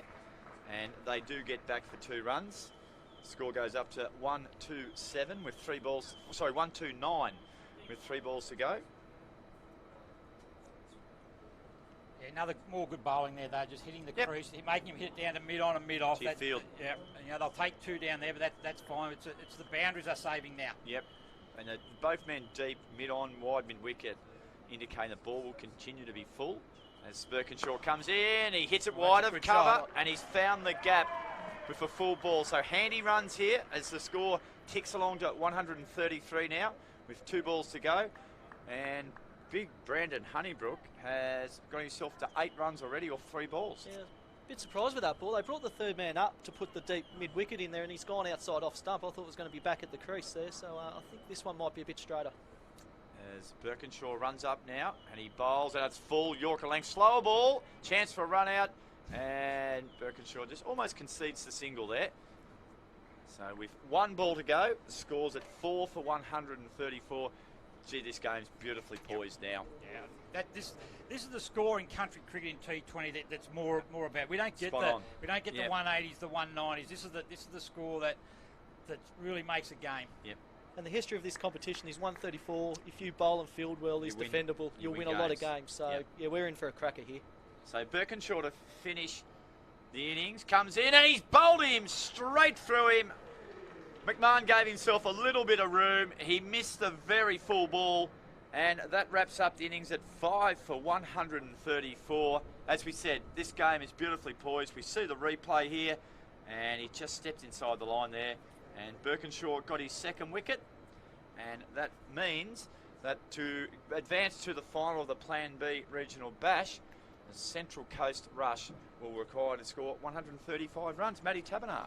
Yeah, I think that's probably a little bit under than what the Chargers would have liked. They were on target for 150, 160, but the middle overs where they were able to control it down, get the run rate right down. But saying that, 134 in the shed. I think in the first game that would have been a challenging target, and I think it will be a challenging target here. But again, that power play, those middle overs are going to be the key to this game. I think you're right there, Matt. I think both sides will be quite happy with what the end result of that innings was. So, guys, we're just about to see the replays of the wickets. I'll get you boys to go through them with our viewers, and we'll start with the first wicket of the day, Matty Tabernar. Yeah, so Birkinshaw opened it up, and again, a shorter ball trying to play across the line here, and we've seen today that's been a bit hard, and that was Brock Hardy. He takes the catch. He made a lot of ground to get there, and he's got there easy. Nice catch there to Brock Hardy, and that's a good start there. Yeah, Baldwin was the next one after they put on 50 runs, and this is where the Chargers were right on top here at this stage, and Blair Lindsay coming in and just got across a little bit too far. Baldwin bowled around his legs, and then that was followed straight away by this one by Coffs. I think that dismissal there was the innings changer. He was dominating with the bat, and just virtually threw his wicket away.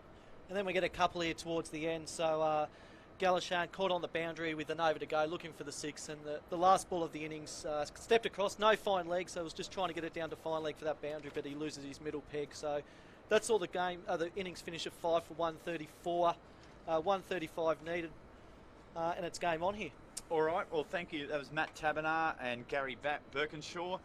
So the Central Coast Rush, they will require 135 runs to advance to the Plan B Regional Batch Final, if the winner of this will take on the ACT Aces at 6 p.m. tonight.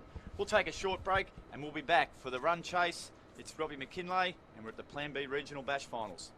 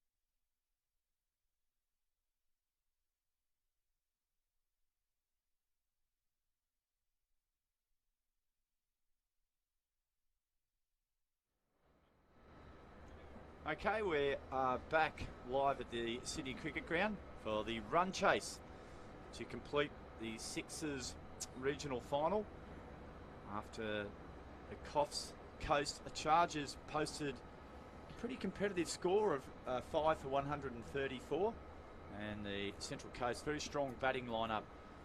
We'll run that down. Marty, what do you reckon? Marty Groney joins me and Matt Taberner. First of all, Marty Groney, from here, I tend to think if you look at their form of the Central Coast, I reckon they should be able to run this one down. Yeah, it's going to be a real challenge for the Coffs Coast Chargers to restrict them. I think under that 134. I think we were all discussing in the break that they probably left about 10 or 15 runs out there. Probably could have gone after it a little bit earlier than they did. They definitely finished off with a flurry in the last couple of overs, but probably could have done that a few overs earlier. So it's going to take a really good bowling performance from them to restrict the Central Coast rush, but they're more than capable of doing so, and they've got a bowling attack. They've probably quite a different bowling attack to the rush. They'll be relying a bit more on pace. So it'll be interesting to see how this pans out this afternoon. What about you, Matthew Taberner?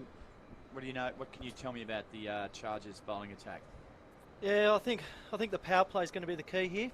This first 6 overs is going to set up this innings either way. I think just like the first game, then they're going to need 2 or 3 wickets in this power play. I noticed that the Chargers were 1 for 49 after 6. I think if Central Coast Rush match that, I think they'll be too strong through the end. I think they won't have that lull in that middle period like the Chargers had. So yeah, I think this first 6 overs is going to be pretty exciting. It's going to set the tone for this game. They need 6.8 runs and over. If they're matching that or better than that, I think Central Coast are probably going to get home here. It looks like they're going to start with spin too, Marty. The Chargers. Adam Taylor was the man on strike, left-hander, from the entrance. It just seems to be that most of the sides today have liked to take the pace off the ball. Take the pace off the ball early and try and get through those overs. The first 6 power play overs really quickly. It's a good option in T20 cricket, and if you can get through a couple of overs quickly and really put the batting side under pressure so that they're struggling to keep up with the run rate, that just makes it easier at the back end when you can actually start to spread the field a bit. A strongly built type of player, Adam Taylor, opening the bat. I think Central Coast have shown what they're going to do here. They've got 2 very aggressive batsmen in straight away. Here, Adam Taylor and Tony Cornwell are going to be quite aggressive. Well, here we go. Taylor on strike, and straight away there's a wide delivery from Harris down the leg side. Yeah, so by the looks of this, I think they're going to take the game away right from the start. Take all the nerves out, just make sure they get it here comfortably. As Harris comes in, and this time it's a little bit straighter, and he forces Taylor up on the back foot. So the 2 men out, there's a deep mid-wicket and just in front of deep square leg. So plenty of room over the offside for Adam Taylor if he can get it done. And he comes down there, he gets the inside edge, drives hard at it, and it goes to short, fine leg. We're seeing again the spinners making a play here. The slower type bowlers are making the play here, and I think this is going to be the key for the Chargers in this innings. Dougie Harris runs up again now, and it's straight, and it's gone down to mid-off. They'll get through for a single quite comfortably in the end, and that'll bring Cornwell on strike. Again, a nice tidy start from the bowler and really putting him under pressure early and taking the pace off a little bit too. He's not darting them in, he's actually giving it a little bit of air and making the batsman work for the runs. Quite a lot of grass on that wicket, Marty. Certainly not shaven down more than you might expect maybe for a first class or A-list game here. So a little bit of hold on the wicket and suiting the spinners, just getting that little bit of grip. Just ball standing up a little bit. Harris now he's 2 men out. He's got deep mid-wicket in front of the O'Reilly stand and a man straight at the Victor Trumper stand. As he comes in, he bowls out of Cornwell, and he's big shout for LBW coming around the wicket. Matt Taberner, you're an umpire, always very hard to give those. Yeah, very hard. You've got to get them on the stumps and then straighten it down the line. We'll see on a replay here. He's come wide from the crease, which won't help as well. Big block there. I think it's pitched outside leg, pretty obviously. He came wider from the crease. It's going to be very hard to get an LB from there. Good decision from umpire Brooks. And this one's on leg stump 2, and it's chipped into the gap. They should come back for a comfortable 2 here. And that's exactly what they do. So the score goes along to 4. Just one ball to come in this first over of the innings.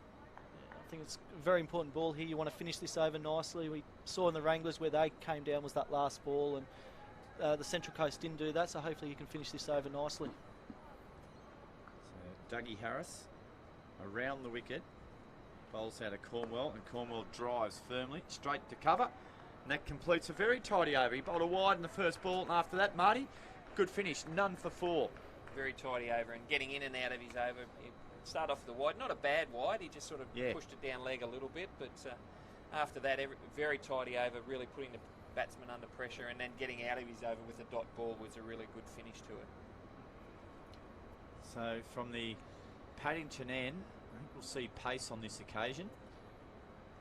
It might be our man, the big Brookster, is it? The fellow who stripped 30 kgs, Gary Birkinshaw was informing us early, Brandon Honeybrook. And he's looking good, Tabs, isn't he? Looking very good. Left armour too, so we'll probably be able to swing this ball around, I reckon. Most left armers can get that ball to move, so it'll be very interesting here. Looking over the members here, a bit of cloud starting to build up too, so if he's going to swing it, now's the time to do it. And always like a fast bowler with a new ball. See if it's going to swing early. If it doesn't going to swing, then you can look to change it up. You might see a good little battle on here between. Well, he should have his tail up. He finished the innings well with the bat for the Coffs Coast Chargers, so good to see him with the ball now. Oh, he bowls to Taylor now, and he gets a full toss, and he bowls it down the leg side, and Taylor let it go. So both bowlers to start the innings for the Chargers have bowled wides down the leg side. I'm not sure I would have been letting that go. Yeah.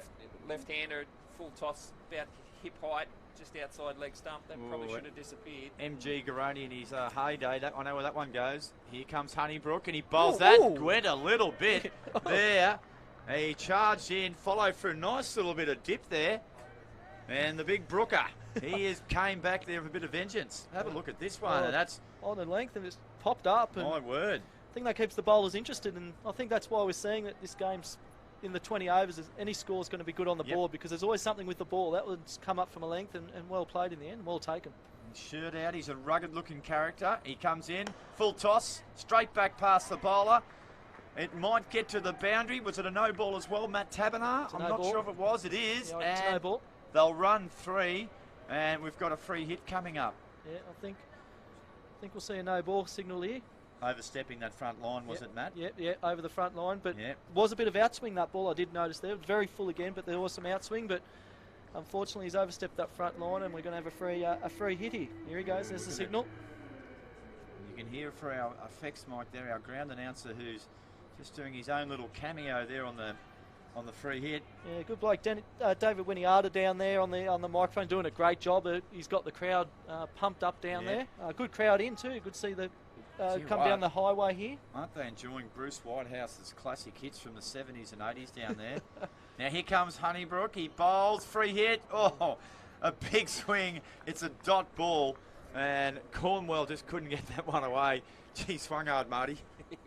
He nearly swung himself off his feet there, and the ball went nowhere. So very, very lucky response to the free hit. But a skateboarder. But again, he's already bowled 2 extras in this over, and it's really important that he needs to finish this over off without giving away any extra balls. Just one of the Bar TV boys heading home for all the way up to the Newcastle on the skateboard, perhaps. Honeybrook. He runs in, he bowls out of the Cornwell, gets an edge on it. If he did, he got it very fine. He gets it away for 4 runs, indeed. I think you'll find this will be leg it bowls. Might be off the pad, was it, Matty? Yeah. No, 4 runs. Look at that. So that's a very nice shot there from Cornwell. And it's been an interesting start from our man, Mr. Honeybrook. Yeah, bit of a mixed bag, Marty, hasn't it? Yeah. I reckon that might be him, though. He's a bit of a character, I reckon. Bit of a lad. He's definitely given it his all, and he's getting the ball to swing around a little bit. He just needs to straighten it up, and hopefully he can get out of this over a little bit better than he started it. He runs up again now, and he bowls, and Cornwell's hit it straight down the throat of deep mid-wicket, and the catch is taken by Eli Fay, and that's a big breakthrough for the Chargers. The wicket falls. It's 1 for 13, and we're into the second over, and Honeybrook got the job done, boys. It's been a mixed bag. It's been a mixed bag, but he's got a wicket, and that's all that counts in a 2020 is getting wickets. And again, short of a length, another pull shot has brought a wicket. So I noticed that free hit too was short of a length, and he couldn't get it away. So it's done the job again, and good fielding out there in front of the pavilion, and that's the first wicket down. Really good comeback there, and a good catch out in the deep. Pretty straightforward, but you still got to catch them. Interesting here, Marty, the new batsman, it looks like it's Harry Woodhead, and he's came out and I think he's forgotten something. He's just yelled back to the dugout, retrieve it. I don't know what he's left. He's just asked the umpires if I hope it's not his box or something like that. He might even take the helmet. He's come out with the cap on.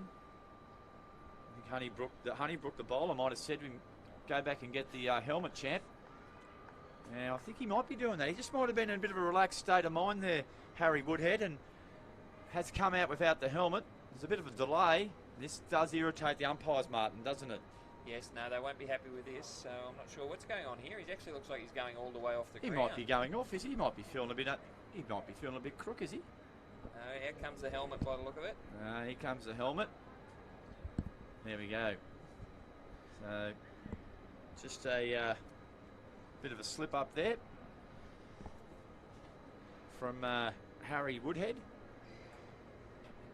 Sorry, that's Ben Cohen. Of course, we did have a number change there. It is 2. So, Benny Cohen's the man. Now he looks right. Honeybrook, he looks pretty happy with his stuff there, Matty. That shirt out, do you like that as an umpire? No, it looks like he's got the word. He's just heard me. Have a look at that. Yeah, look at his tuck it in. Yeah. Well, he's sort of half tucked it in. Well, he's. Oh, I'm a shirt tucked in man, as the great Richie Benno says. If you're going to play cricket, you might as well look like a cricketer. I think it's all part of the Brookers persona. Yeah, the front in, back out. Yeah, the rugged look. I'm not sure if I like that look either. I think it's either all in or all out, isn't it? Well, you tell him, mate. He looks a bit of a wild character. No, I think I'll. I think I'll let him go. Just like the Roosters were down here doing some rehab training before, and Jared Hargraves wasn't going to tell him too much either. He looks like a big, strong boy. So Honeybrook could be an interesting little contest there. Yes. JWH versus Honeybrook. I don't know who will get up there. Well, it's been quite a while since that last wicket fell, Marty, and we're finally going to get the 5th legal ball of this over bowled. Well, we hope so. We hope it's legal. We hope so. It's been a mixed bag, as we've said, but hopefully he's got it back on track for these last couple of Oh, and he's got one through him as a big shout. Honeybrook likes it. The keeper likes it. And umpire Cullen says, And now there's just a few little bit of words down there between Cohen and Honeybrook. Let's have a look at it. Missed off the pad. I think he's missed that off the pad. But I'll give you a tip. Can we get Honeybrook to bowl 10 overs? Yeah, there's some entertainment, isn't there? I'll tell you what, 10 overs of Honeybrook here would be entertaining. So he disappointed that one, but I think a great decision there by umpire Cullen. And what's the odds on the short one here, boys? There's Honeybrook. Comes in, bowls to Cohen, and he might be a shout for all we know. It's gone down the leg side. And they run through for a leg by. Shot at the stumps. And that ends a very dramatic over, Matt Taberner. 1 for 13. They are chasing 135 for victory, are the Rush. It was a long over. Bit of everything. Wides, no balls, wickets, free hits. It feels like it's been going for half an hour, this innings. We've gone 2 overs, which has taken about 14 balls. We've got a wide in each one, but I'll give you a tip. If we get 18 more overs like this one, it's going to be some great fun, and we're going to have plenty of entertainment, which for the people at home will be loving. It'll be a very tight finish at the rate it's going as well. So, no, very good finish to the over there from Honeybrook, and they've got the first wicket, and they're probably looking to get a couple more in the power play to really put themselves on top here. So Benny Cohen is the new batsman. He's on strike. He did get a single that last ball. Comes in and it's a good shot too. He's just crunched it out to deep mid wicket of Harris, just for 1 run. Longest part of the ground out there. That's one thing the Rush did very well, but got them to hit to that long boundary, protected that long boundary, and I think the Chargers need to do that as well, but a bit harder with a left-hander on strike, so see what happens here. Adam Charlie hasn't seen much action of late. Faces up, he hits it between fine leg and short mid-wicket, and it goes down the deep square leg. And obviously that's one of his favourite shots there, Marty. He's shaped to go there. Luckily he didn't quite get it. Yes, I I think he was trying to hit that more mid-wicket-ish rather than out to square leg, but didn't quite get it. It was well flighted and well bowled again by Harris. Cohen on strike to Harris, and this time it's driven straight back at the bowler. And it's a slight misfield, but he did very well to stop that. Hit that very powerfully.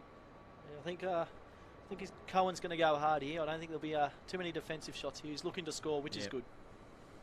So Harris bowls to him now, and it's quicker, outside off stump, and it's straight to mid-off. So good bowling. And building some dots, Yeah, building some pressure. yeah. Just 2 off the over, 4 balls gone.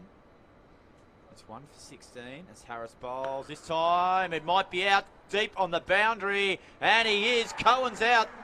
Once again, he's picked out the fieldsman a deep mid-on, and it's a very good, comfortable catch taken there. And that's the 2nd wicket down, and Marty Groney, you said they needed another wicket in the power play, and it's exactly what they got. Absolutely, and it's a very good piece of bowling that. He's tied him down, he's made it difficult for him to get under. He's, again, flighted one up, he's really tempted him to have a go at it, and he's hit it straight down mid-on's throat. So, yeah, very, very tidy piece of bowling there from Harris, and a well-deserved wicket. Yeah. Good catch too. Yeah, very nice catch. Eli Fay was the man who took the catch. I think he took the first catch too as well, out of deep mid-wicket on the boundary. Yeah, it seems a bit like the Wranglers team going to go hard early and try and get this game away, but it hasn't come off yet. But yeah, it's a bit of entertainment going on here early, so see what happens here as the new batsman McCabe comes into bat here. Yeah, Alec Baldwin was the catcher down there at deep mid-on. Very nicely judged. He got himself a little bit out of position, but then got back into position nicely and took a very good catch. So another left-hander comes to crease, Steve McCabe. So early trouble here for the Rush, 2 for 16, and we are only just about to complete the 3rd over, chasing 135 for a spot in the Plan B Regional Bash final. They'll take on the ACT Aces, the winner of this Sixers conference final. And it'll be Dougie Harris, who's spending a lot of time getting this field right. They've got a man very straight there at deep mid-on. As Harris runs up, bowls now to McCabe, and McCabe hits it to mid-off for a single, and that will finish a very good over from Harris. Just 3 runs off it. He got the wicket of Cohen, and after 3 overs, it's 2 for 17. This might nearly be the best 3 overs of the Plan B Regional Bash this year. We've had absolutely everything in these 3 overs. It's been outstanding, and hopefully Honeybrook will come back on at this end, because the last over from Honeybrook had everything, and hopefully we get this again. But really good start to this inning by both teams. Well, you've got your man again, guys. It will be Honeybrook, Brandon Honeybrook, who's going to bowl his 2nd over, and it had everything his last over. He just looks like one of those lads that likes to take the game on. I'd say on and off the field, Marty, by the look of the lad. Well, he's definitely done a lot of work off the field to strip those 30K, so he's looking very fit, and he's he could make some money, couldn't he? How to lose 30Ks by Brandon Honeybrook. He could write a book. But, I know Gary Birkinshaw's already wanting to subscribe to it, so Martin, yourself, throwing the hand up as Honeybrook bowls now, and it's squeezed past point. They'll get 1, and that's all they'll take. Nice shot there from McCabe. It's a really good field he's got set here. Yeah. He's definitely set it up to bowl outside the off stump, and he's really challenging the left-handers to try and hit him over the leg side. So this is going to be an interesting over. He's got a slip in, which I like as well. They're still trying to get another wicket in the power play. So really, really putting them under pressure here. So Adam Taylor, he's opened the bat, and he's only faced 6 balls. There's been 21 bowled innings. It feels like he's hardly been in the game. And he's going to face Honeybrook now. And he goes straight back at him, and he's dropped it. Caught and bowled. It was a pretty tough catch. And it's just couldn't quite get out of there. And it was a sharp catch. But, gee, that would have really spun this game on its head if he had held that one. Yeah, I think it's come straight back. It's about belly height here, I think. As we have a look here, it's probably chest height. Probably should have been taken, but it looks like these two are going to go hard at each other. Ooh, you're a hard judge as Honeybrook comes in again, and he's made to pay. Because on this occasion, Taylor's hit it wide of mid-on for 4 runs. And a 2 for 22, you can only reflect back on what might have been, Marty. Yeah, it should have taken that catch. Came back at him. It was a hot chance, but they're the ones, especially off your own bowling. There's 10 other blokes out there that usually drop catches off you. You don't want to be doing it. Probably on that Don't occasion. want to be doing it to yourself. So, and then, yeah, just a little bit too straight and a nice shot out through the onside there for a 4. Taylor faces Honeybrook again. It's short this time. It's mistimed and it won't quite get to mid-on. Well, not for the first time though. We've seen that short ball hold up, Marty, and batsmen just haven't been able to nail it. No, it was another really good short ball from Honeybrook there, and it got onto him too quickly. He just chopped it up, and unfortunately for Honeybrook again, didn't go to hand. He's up again now, Honeybrook, and that's a good delivery. Nice and straight, just slicing the ball back in. And I'll tell you what, if you reflect back on that caught and bowl, boys, on that occasion, Mr. Honeybrook might have hoped he still had those 30 kgs on him because it might have stayed in there. A little bit more of a target area. I reckon, I said I wanted 10 overs of Honeybrook in this game, but 10 overs of Honeybrook v Taylor would absolutely top it off, because everything's going to happen here. Well, it's on again, Matty. Here they go, full, and it's driven back past the bowler, back past mid-on. Geez, time the ears off that. That'll run away for 4 runs, despite a good effort from the Chargers fieldsman down there. And Adam Taylor gets his second boundary for the over. Good chase there from Ben McMahon, but it was well timed and got away to the boundary for 4. So, again, just didn't quite finish the over off. Finished off with a low full toss and really well struck. Yeah, that drop catch has come back. It's cost him 8 after that. Yeah, so yeah, if he takes that catch, it probably finishes off with some dot balls and keeps him ahead. But yeah, that drop catch has cost him 8 and maybe a few more as we go along.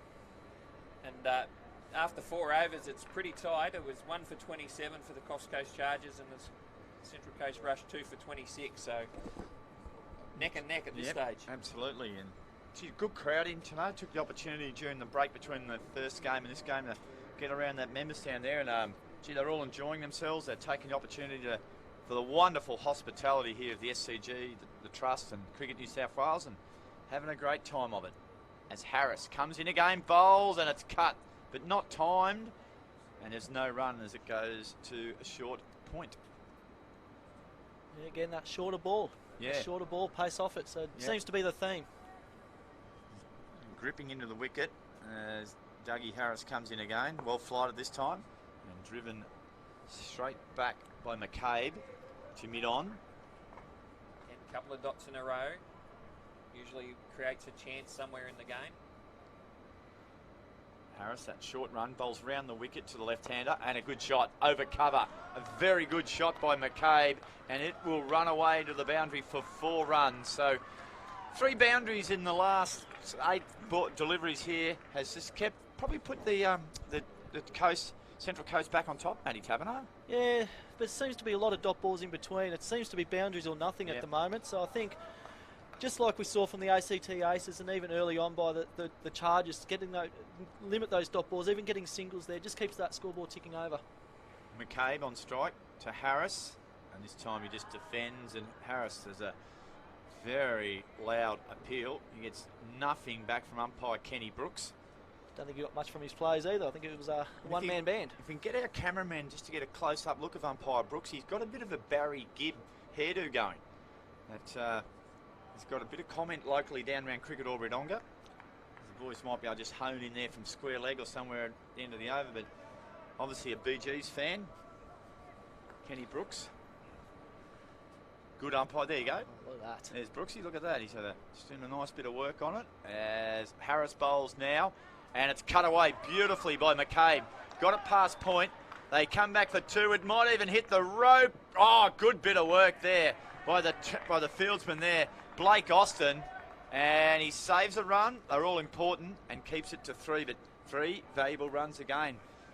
To complete the over, Marty, it's 2 for 33 after 5 overs. What was the comparison when the Chargers were batting? It was 1 for 35, so still neck and neck.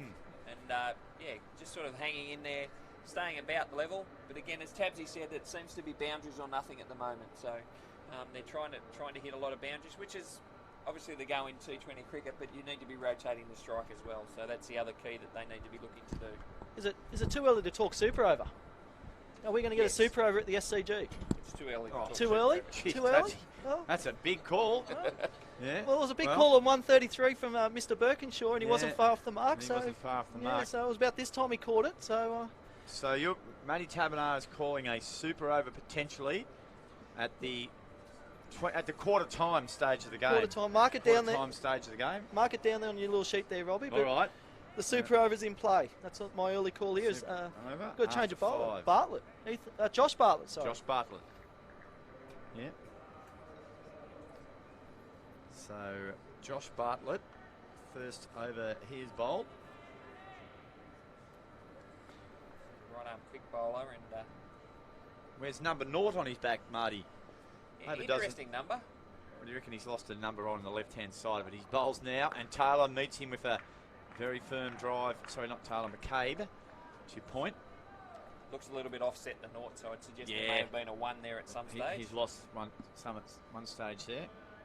We can rule out 10. I think he might have been number 20. Could have been 30. Could have been reminiscing on Honeybrook's loss. 30. Could be his batting average too. Who knows? As he comes in and bowls now. Oh, it's driven straight back. It blasted through Bartlett, the bowler. McCabe's shot was full of power, and it nearly knocked him back past the stumps. Gee, he hit that ball hard. Yeah, definitely hit it hard. I think that one, again, that was another missed opportunity to drop catch, but I tell you what, he might have ended up at the boundary with it if we have a look here. He has creamed this. Jeez. And, probably might have ended up with a broken hand or a finger if he got a hand of that. That's a hard shot. That's a great shot. Gee, that was hit hard. There has not been a ball hit harder than that today. As Bartlett comes in, bowls now, and this time he's hit him high, back over his head. Won't quite go the journey, and he'll come back for 2 runs. Chip. I think Richie Galachant would have been happy with that going onto the green, but just a chip for 2 there. Do you reckon he would have just tapped in for a birdie? 6-footer? Yep. It's nice straight bat and back over the bowler's head for a couple. So again, expensive start here from Bartlett. He'll need to tighten it up in the last 3 balls. McCabe on strike, and he goes, whoa! He was looking to weave it over cow corner basically, and he got the inside edge of the bat, and it just went nowhere. Skewed around the stumps, I think. Didn't he? He's there to really push it along here, isn't he, McCabe? Just probably needs to go a little bit straighter. Not too many players have been able to hit the ball very hard square of the wicket today. No, I think Timmy Flores is the only one, and we saw what he could do. But here comes Bartlett, and this time it's gone back past him, and well fielded on the circle there at mid-off. And he came around very nicely indeed and stopped that. Yeah, it's Ben McMahon again. He's done some great things in the field there. He's agile. He saved one on the boundary earlier on, and he saved probably another boundary there. So, yeah, he looks like seems to be in the hot-head positions here, which is definitely straight. So Bartlett to attempt to complete the 6th over. Bowls now, and Taylor half hit it, and luckily he did half hit it, otherwise we would have been straight down the throat of mid-on. That completes the 6th over. It's 2 for 40, 7 off that one. And again, the game, Martin Garoni, is extremely well balanced. Absolutely, and again, they're a little bit behind the Coffs Coast Chargers at the same stage at the end of the power play, but I think they're starting to accelerate a little bit now, and they should, hopefully, if they bat better through the middle, then they're in a good, they're well placed to chase this down. As we're joined by Luke Minor, who is going to be heading very shortly up to the mid-coast, settle himself in at Port Macquarie. Welcome to the broadcast, Luke. Thanks, Robbie. Thanks, Martin. Thanks for having me. Good to have you on board, mate. I suppose, where does your allegiances lie here? Oh, certainly with proximity, it will have to be the Coffs Coast, no Good doubt answer. about that. Good answer in front of your area manager, Mr. Garoni. He's off to a good start, isn't he? He's off to a good start, the young fella. Yeah, I'm looking forward to having him up on the North Coast, and I'm pretty sure, well, as we all are around community cricket, looking forward to having all the new staff on board over the next few weeks, and hopefully being able to better service the cricket community out and around in New South Wales. So exciting times ahead. Yeah, absolutely, massive uplift with 34 new starters, as we have Galachan himself, the skipper, coming on to have a bowl. And he's bowling his off spinners, Richie, by the look of it. And it was a good shot there by McCabe, who's looked good. He's just ready to explode. Taylor, who we said again, hasn't had a lot of the strike. He's on 13, only faced 12 balls. There's been something like 39 balls in the match. That's only less than a third of the balls faced for opening batsman. But when you've got a guy like McCabe going like he is, Marty, it doesn't really matter at this point in time, I don't think. No, you need to be giving him as much strike as you can, as they did with Taylor in the first innings. So yeah, they just need to make sure that they're giving him an opportunity. Oh, another bloke's throwing the bat. Taylor, he had a really good wind up at that, and his bat this time he's pulled it down to short fine leg. Early in the day, we saw one of the bats fly high in the sky. So we know people throw the bat around in T20 cricket. Well, this is just getting ridiculous, Luke Minor. Yeah, we've had a bit of muggy weather around New South Wales, fair to say, over the last few months, and it's been no different here in Sydney. And this is the second time we've seen a bat fly out of the batsman's hands today, and he was certainly trying to hit that well and truly over the lady stand there. I don't know, maybe for lunch he might have had one of those nice little things out the back there, those hot dog or something like that. And there's a good shot of the umpire there, Robbie. The Billy Gibb look. Barry Gibb, yeah, Barry Brooksy, Gibb. yeah, bit of that, bit of Kenny Rogers about him too. So loves his music. There's Kenny Brooks. Now here's the ball again. Oh, big swing and a miss there from McCabe. He targeted that shorter boundary at deep mid wicket. I think he was targeting that over the grandstand. I think that one he was trying to hit that a long way and lost his shape and missed everything. Into Kippax Lake. Here's Galachan bowls again, and it's well bowled too. And it's just punched there by McCabe, straight back to short cover. So good start, only 2 singles off the over, 2 balls to come. Again, really important that he gets out of this over now, and with a couple of singles off the last 2 balls is fine, but you don't can't afford to get out, Marty. Yep. Cannot afford to get out of here. Galachan bowls now, and he had the intention was good, but straight to that man at short cover. Very interesting time here in the game here, lads. They've got some of the quicker men out of the way early. You've got to think a lot of spin will come into play over the next 5 or 10, so it's going to be a big next half an hour in this game. Now here we go. He advances down the wicket. Well bowled there by Galachan. Beat him in flight, and all he could do was get a pretty thick edge over the top of point for a single. So good start there from Galachan. Richie, the golfer, just 3 runs off it. And Marty, after 7 overs, it's 2 for 43. Let's check that comparison. It was 2 for 55 for the Coffs Coast Chargers, so just drifting a little bit behind in comparison at the moment, but bearing in mind that they bowled really, really well in the next group of overs. So probably from about this point in time, wasn't it? Definitely, and it's important that the Chargers now do the same thing with their bowling, and that's a really good start from Richie Galachan. Yep. In that respect, so. And wickets in hand here, Luke, are going to play a big part here too for the rush. Can't afford it. As Marty said, they just need to chip away, get plenty of singles. They'll win them the game. Yeah, absolutely. We've seen even for men that were well established at the crease, it was really hard to get their innings going and accelerate the run rate. So constant turnover of wickets is really only going to make that more challenging. Josh Bartlett continuing too. He got hit around in the first few balls of his over, but then fought back really well. So. Yeah. With number 0 on his back. I do know the club captain down at Lavington and Cricket Orbidonga wears 00. Sammy O'Connor, who's the leading run scorer this year in Cricket Orbidonga. He's a bit of a different cat too. Don't worry. Very interesting field placement here. Yeah. Straight, short, mid-off.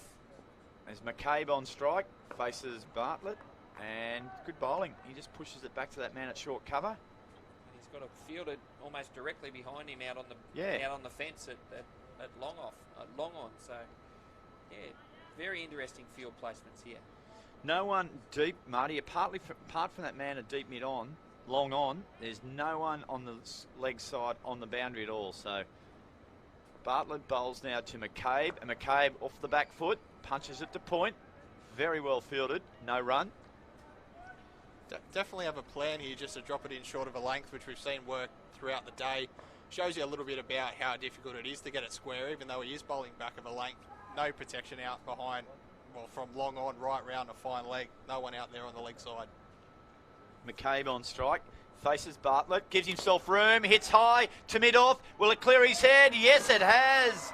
It's gone for 6. Straight back over deep mid-off. Wonderful shot there from McCabe. And Marty, that's as good a shot as we've seen today.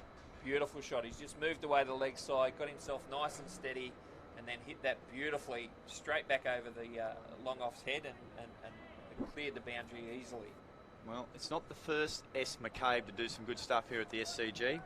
I'm not sure if he's related to the great Stan McCabe, but that was Steve McCabe. That was a wonderful shot. He's gone big again. No one out on that deep boundary. Out at square leg. It lobs like a beautiful 9-iron and trickles over the boundary for a very clever shot. He gave himself room and he's gone 6-4. And the Rush are exactly doing that, Marty. They are flying along. Yep. And again, that's a challenging field placement for the bowler to bowl to, especially the two left-handers. He's bowling right arm over the wicket.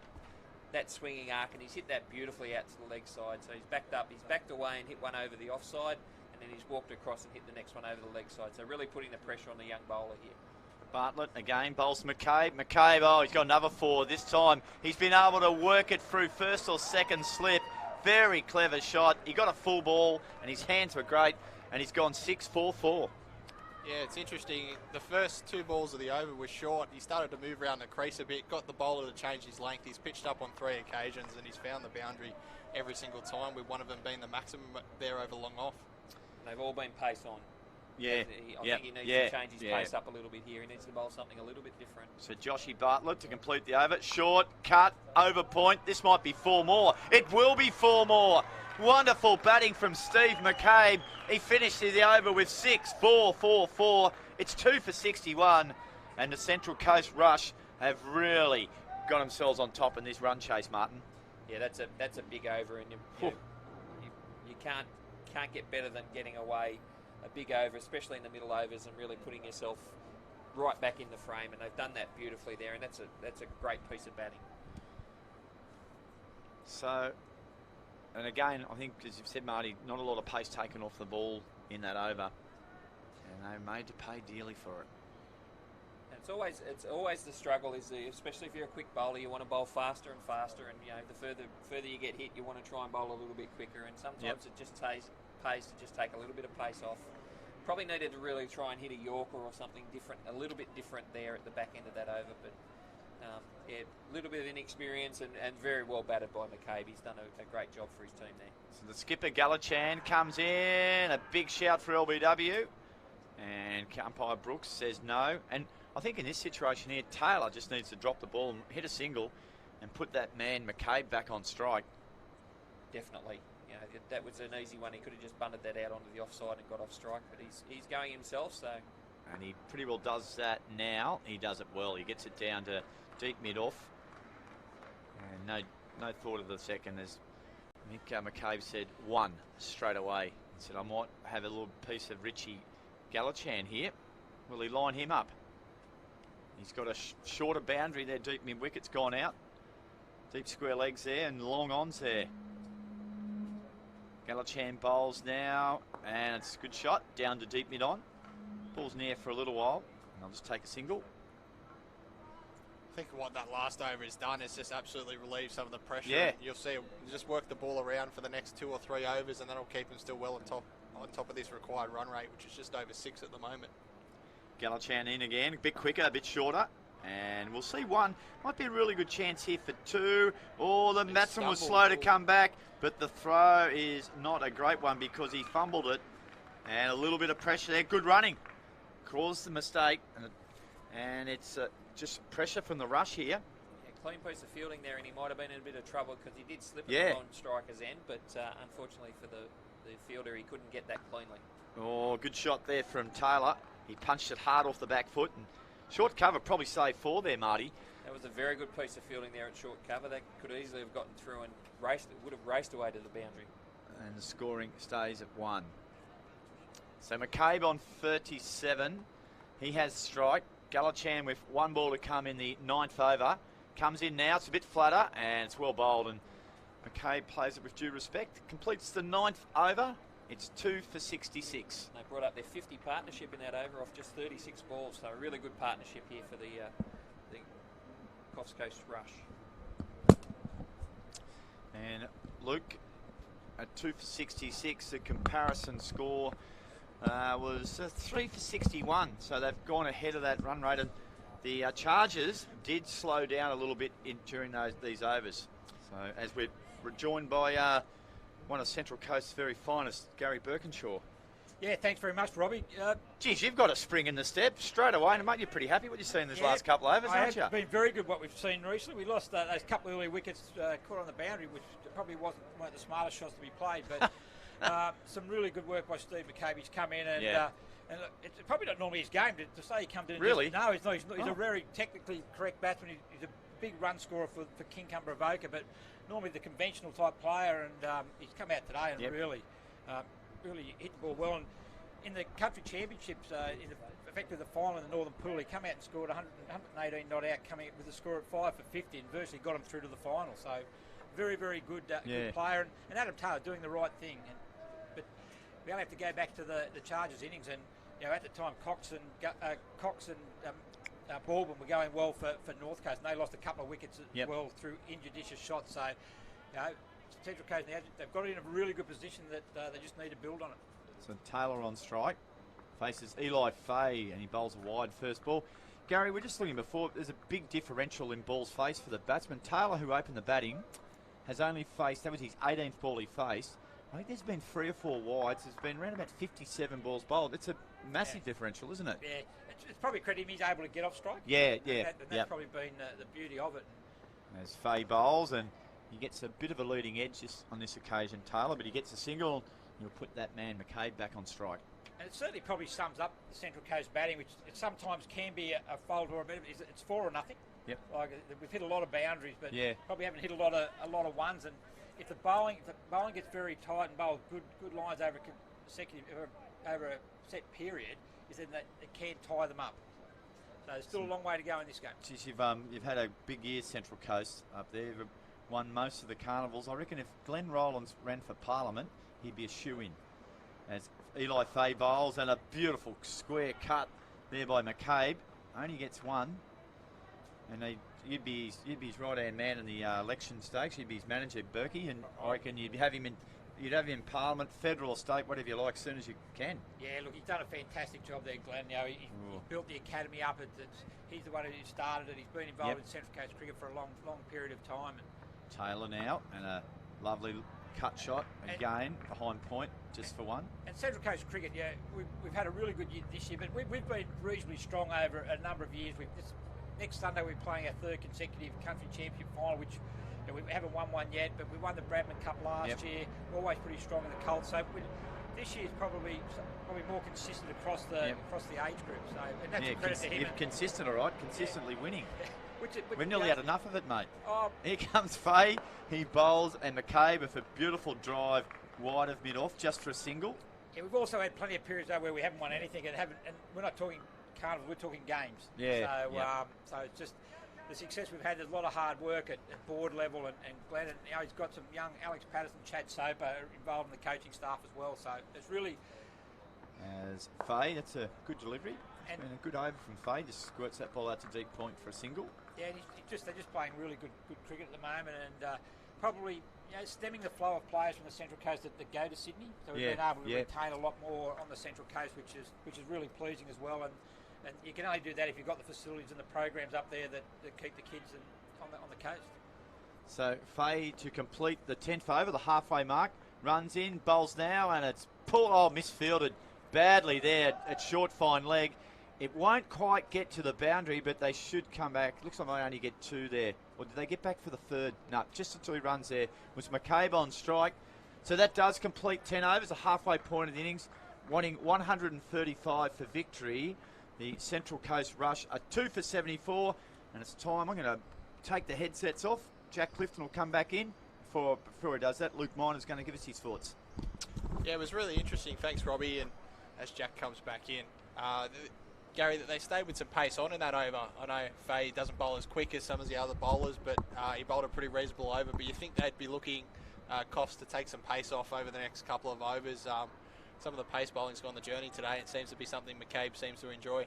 Yeah, I think you found with most bowls today, if you're bowling on pace, it seems to be easier to play. And I think it's the slower bowls or back into the wicket a little bit more with a bit of pace off. I think that's where you'll have the most success. And the issue that the Chargers have now is that the Central Coast are back to a run of ball. So if they play sensible cricket, they can probably cruise the victory. But cricket's a funny game. One wicket can certainly change the game, and if you get two new batsmen at the crease, well, all of a sudden now the run rate goes from 6 and over up to 8 and over, and looks like we've got a bit of an issue out here in the middle, and good crowd.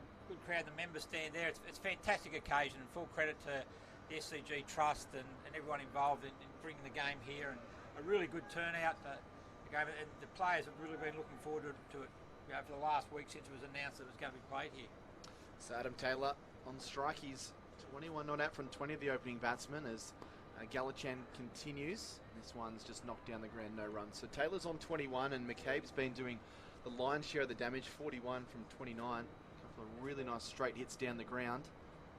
Advancing is Taylor and driving in the air. And it bounces just shy of the man there at a whitish mid-off, or more towards an extra cover region, so a couple of dot balls to start. He's doing a good job here, Gallatin, bowling a good length.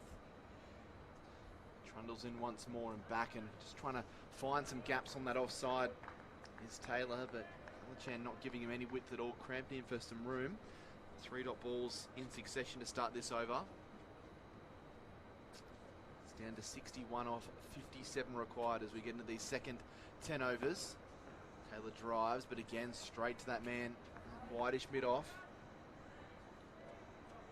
Yeah, this is what I was sort of saying, it becomes 4 or nothing, that, with only 4 in the circle, just being able to manipulate to be able to score a single. Really good bowling by Galachan. It's becoming a huge over, isn't it? For the Chargers, 5 dot balls, it's almost unheard of in 2020 cricket. It's been a really good over. Yeah, what's that pressure created now? Back and sweeping out to deep mid wicket, but only get the one Taylor, so he'll retain the strike, but only the single from that 11th over. 11 overs gone, 2 for 75. McCabe 41, Taylor 22, and Galachan now has figures of none for 9. So run rate required up to 6.7, Luke, and we talk about wickets falling can change the game. Equally as damaging can be an over like that where there's only 1 or 2 taken off. Yeah, and as we can see, Galachan's figures just coming up here on the board, so he's got through 3 overs, none for 9. The main spin option here for the Chargers as well, and be wondering to see what blueprint they do go with, where they've got a couple of extra even part-time spinners up their sleeve, because it seems to be the way that they can get on top of the run rate. But it seems like our favourite man from the bowling lineup here at the Chargers, Mr. Honeybrook, is back, so anything could happen in this next over. We saw it in the first game, didn't we, Gary, where spin played a pretty big part in it. It was tough to get runs away. There was the occasional boundary, but generally speaking, the slow ball has been difficult to get away today. Yeah, especially the length they bowl. There hasn't been a lot of turn in the wicket, but just being able to bowl that full length, certainly haven't been able to get the elevation, get underneath the ball, and they've been able to be very economically setting good field. So, it's interesting now on the Central Coast. They've just had an over with 1 off, and they shouldn't panic about that, because the opposition is going to have good overs to them. So you don't have to make it up in the next 3 or 4 balls. Right. So Honeybrook 1 for 19 he has. He's coming over the wicket and he wraps Taylor on the pad. There's a bit of confusion between the batsmen, but they do manage to get through for a leg bye. So Taylor gets off strike and gets McCabe on strike, which is probably what the Central Coast need. He's been in good touch and hit a couple of really big shots. Yeah, massive wicket here for the Chargers. If they can get rid of McCabe, obviously they'd like to have both wickets, but they'd really get on top of the scoring rate of Central Coast if they can manage to remove McCabe. Hasn't faced some deliveries for a while. This one's a little bit uppishly flicked onto the onside for 1. So they've done a pretty good job of keeping him off strike over the last couple of overs. Yeah, that's good cricket though. That's just pushing for your singles and not looking for not having to play the big shot. No doubt they're still looking for it, but if it's not there, they're able then just to work it for the singles. That's good cricket. So a couple of singles to start. Honeybrook left arm over, and the bat has gone flying again, and he's been caught behind. So, well, that's the 3rd time it's happened today. I don't know what's on the bat handles or what's going on here at the SCG, but this has been absolutely remarkable today. I don't think I've seen this many bats fly in 2 or 3 seasons of Sheffield Shield commentating, and today we've seen 3 go. Well, the bat went further than the ball, and the ball went right into the keeper's gloves, and he's out caught behind is Taylor for 23. So 3 for 77, and this match has absolutely everything, doesn't it, Luke Miner? Yeah, well, that's a real piece of skill to nick the ball while you're losing control of your bat. have to see if he still had two hands on it by the time he might actually fully let go of the bat by the time he nicked it. But no, we did say things happen when Honeybrook comes back into the attack and things slightly unconventional, and that's no better example than that. Yeah, certainly the innings have been going for 11.3, and there's been plenty in this innings of, normal, the abnormal, and but look, a good wicket there by Honeybrook, catch by McMahon, the keeper, and when you look at the comparison at the end of the 12th over, the Coffs Coast Chargers were 3 for 76. Looking at the Central Coast Rush at the moment, 3 for 77. So you get a new batsman into the crease. There's still a lot of cricket to be played in this game. So Peter Gallichan is the new batsman out in the middle. And alongside him is Steve McCabe, who's 42 from 30 balls. So this partnership becomes very, very pivotal in the outcome of this game. I feel that Central Coast just needs someone to stay with McCabe at the moment. Just work the ball into the gaps and keep rotating that strike, because the mood that McCabe's been in so far this afternoon, if he gets a few loose deliveries, he's going to be able to put it away for a 4 or a 6. So that's going to ease things. 58 runs needed off 51 deliveries. So the run rate required 6.8. Here comes Honeybrook, who's got 2 for 21 now, and trapped on the crease a little bit there is Gallichan, but nudges it away from the fielders, and they managed to get through for a single. Yeah, Peter Gallichan is more your traditional batsman as well. He's probably not going to come out and play the big shots. He's more of a nudger of the ball, working into the gap. And just notice then, full credit to Richie Gallichan. I've noticed a few times with his field play, he actually moved a slip back into play, which is in a T20 game, and you're needing about to run a ball to have a slip in, still looking for wickets. So full credit to him for having that aggressive mindset, looking to take wickets to stem the run flow. McCabe back on strike. 2 balls left in the over. Honeybrook is there. That's a plain miss outside the off stump from McCabe.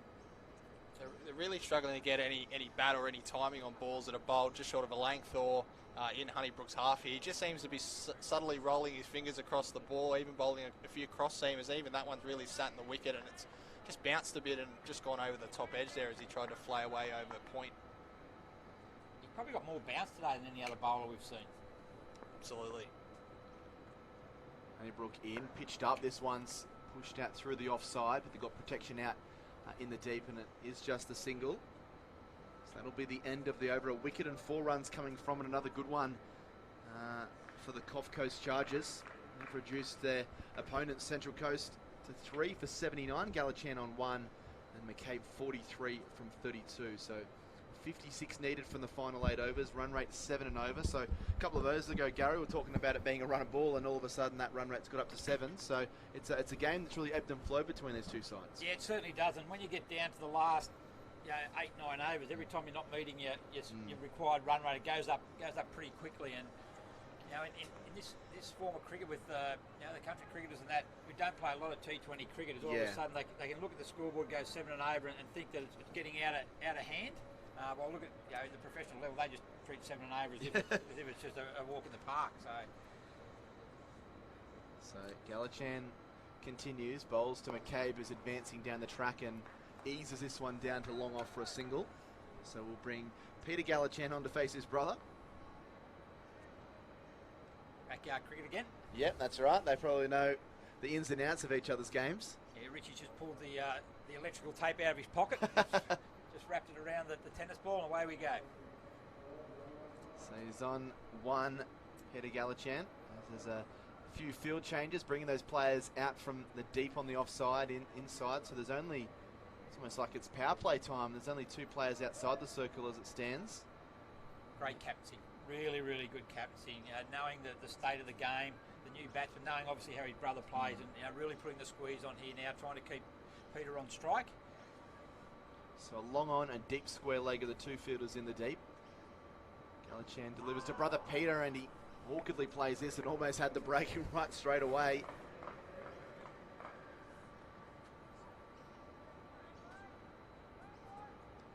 It's been a really good spell of bowling by Richie Gallichan. He come on with the runs were coming along pretty freely there as it showed the replay, got that past the outside edge. Whips this one across the line as Peter Gallichan, but straight to the man. So the pressure continuing to build here for Central Coast. Only 1 run from these first 3 deliveries. 55 or 45 now, so Things getting a little bit more difficult. And there's almost a stumping there might be. There's a big appeal. And the umpire is going to say not out. So it'll be interesting to see a replay on this one, Matty, because both keeper and bowler were very, very excited about this. Looking at this live, I thought he might have had him here, and we'll see it here on replay. I think, oh gee, it's a tough one. I think it's hard with the naked eye. Safe call. I think it was probably out, but we get the benefit of the replay here. The umpires down there don't get that benefit, and it was really tough. And the ball nearly went back onto the stumps too. So apart from the stumping, the bowl was up in there as well if it went through. So yeah, but I'll tell you what, this game is going down to the wire. This is a great game of cricket. It's hard when the batsman's got the bat in the air and trying to get it back. It's hard to judge as an umpire sometimes. And advancing this time and lofts this one over the deep. Out towards the mid-wicket rope. There's 3 players converging on it, but they won't be able to stop it. And he lost his bat midway through the pitch as well. So there's something that is happening with these Central Coast batters, or maybe all the batters in the Bay Regional Bash. But he picks up 4, so I won't mind. Galachan moves to 5, and the score 3 for 84. So I think that's a bit of a I'm going over or not here. The pressure, I think there was a pressure build up, and it's either you or me, and he actually got away with it and got the boundary that he needed. So well bowled by Galachan though, Richie. So Richie Galachan bowling to Peter Galachan, who's on 5. He's forward and pressing in defence as he defends back to his brother. End of the over, 5 coming from that, so that's another good over there for Coffs Coast. 3 for 84 after 13. So 51 needed from 42. The run rate required 7.3. Great spell by Richie Galachan, none for 14 off his 4 overs. So really, at a time when he came on to bowl, the score would have been, I think, 2 for 33 off 5 overs. So he's come on and just really did a good job for his side. It's going to be interesting what they do here to finish off this innings. Honeybrook's only got 1 left. Doug Harris has only got 1 left. Galachan's bowled out. So it's really interesting who's going to bowl. There's 3 overs, so it's going to be interesting who bowls these other 4. Bartlett bowled 2 overs for 25, so not sure if he'll come back. Eli Fay has bowled the 1 over that's gone for 8. So who bowls these other 4 overs is going to be really pivotal to this game. But at 7.3 runs and over, this is still game on. And, the super over I called 8 overs ago is back in play, I reckon. You could be right, Matty. You could be right. Austin's going to come into the attack now, and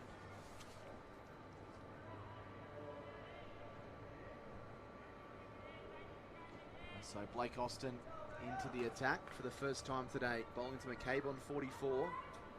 So looking like they just going to try and squeeze some overs out of some of these other players in the team, and maybe just hold back their frontline pacemen for a barrage in the final 3 or 4 overs. 51 needed off 42. Here comes Austin. Left arm over. That's going to be a wide. It's not the start that he would have wanted. Another run added to the total, and that one will need to be re-bowled. I think McCabe's the key to this innings here. I think he needs to be batting towards the 20 overs, or I think the Central Coast will be looking for him to be batting at the 20th over. If he can stay in the 20th over, I think Central Coast will probably get over the line. But if the Coffs Coast can get him here, might put the game back into their half. Yeah, momentum has swung throughout the 20 plus overs here, and McCabe has absolutely dispatched that. Beautiful shot. 1 bounce over the rope in square leg region for 4. So McCabe goes to 48. We haven't seen a big strike like that from him for a while, but just rock back and just completely cream this one over the top of the square leg umpire for 4. Yeah, I think the beauty of McCabe's innings today is I don't think he's missed out on any balls that have either been too over-pitched or short. He's really capitalised on that. Well, and that was, again, it was too short at that pace, and he just pivoted on it and dispatched it for 4. And once again, a 4 early in the over takes a bit of the pressure off. Well, 1 ball bowled, Gary, and already 5 runs being scored by the Central Coast. Austin continues. This is pitched up. A good ball, but driven firmly down the ground there by McCabe, which just shows you how good form he is in. That wasn't the worst ball in the world, and it was had a nice cracking sound off the willow. 49 for McCabe now. It shows the mindset he's in. It's not just a matter of just coming out and swinging and wanting to hit everything for 4. If the ball's a good ball, I'll just punch it for a single. If it's not or a bit short, I'll then try and hit the boundary, not just trying to hit everything. And he's an experienced campaigner, Steve McCabe. He's 30 years of age and captaining of his club at King Cumber, been involved in a lot of premierships on the Central Coast, so he knows his game, knows game situations. Austin continues, pitched up and dug out down to the onside. There's a chance at the non-striker's end, but I think Gallatin would have been home anyway. It was a good piece of running, which probably hasn't been an attribute that we've spoken about too much for both these sides, because there's been a bit of confusion between the batters at times, but good work there for Gallatin, knowing that he needs to get off strike and give Steve McCabe as much strike as possible. He's only been out there a short time, Peter Gallatin, but he's actually run hard all the time. Even when the balls have just been punched down long on, long off, he'd run the first one hard, come back 3 or 4 steps looking for that second if there's a fumble. So he knows what his job is to do as well, especially not being the biggest hitter, but it's being able to turn the strike over. Something that gets lost in 2020 is the running between the wickets, because it's not all big shots. If you can turn 3 or 4 ones into twos, all of a sudden you've got 6, 8, 10 extra runs just there. Austin in short, and this ball has just been popped up and bounces near the stumps, but well away enough that McCabe knew he wasn't going to be in too much trouble.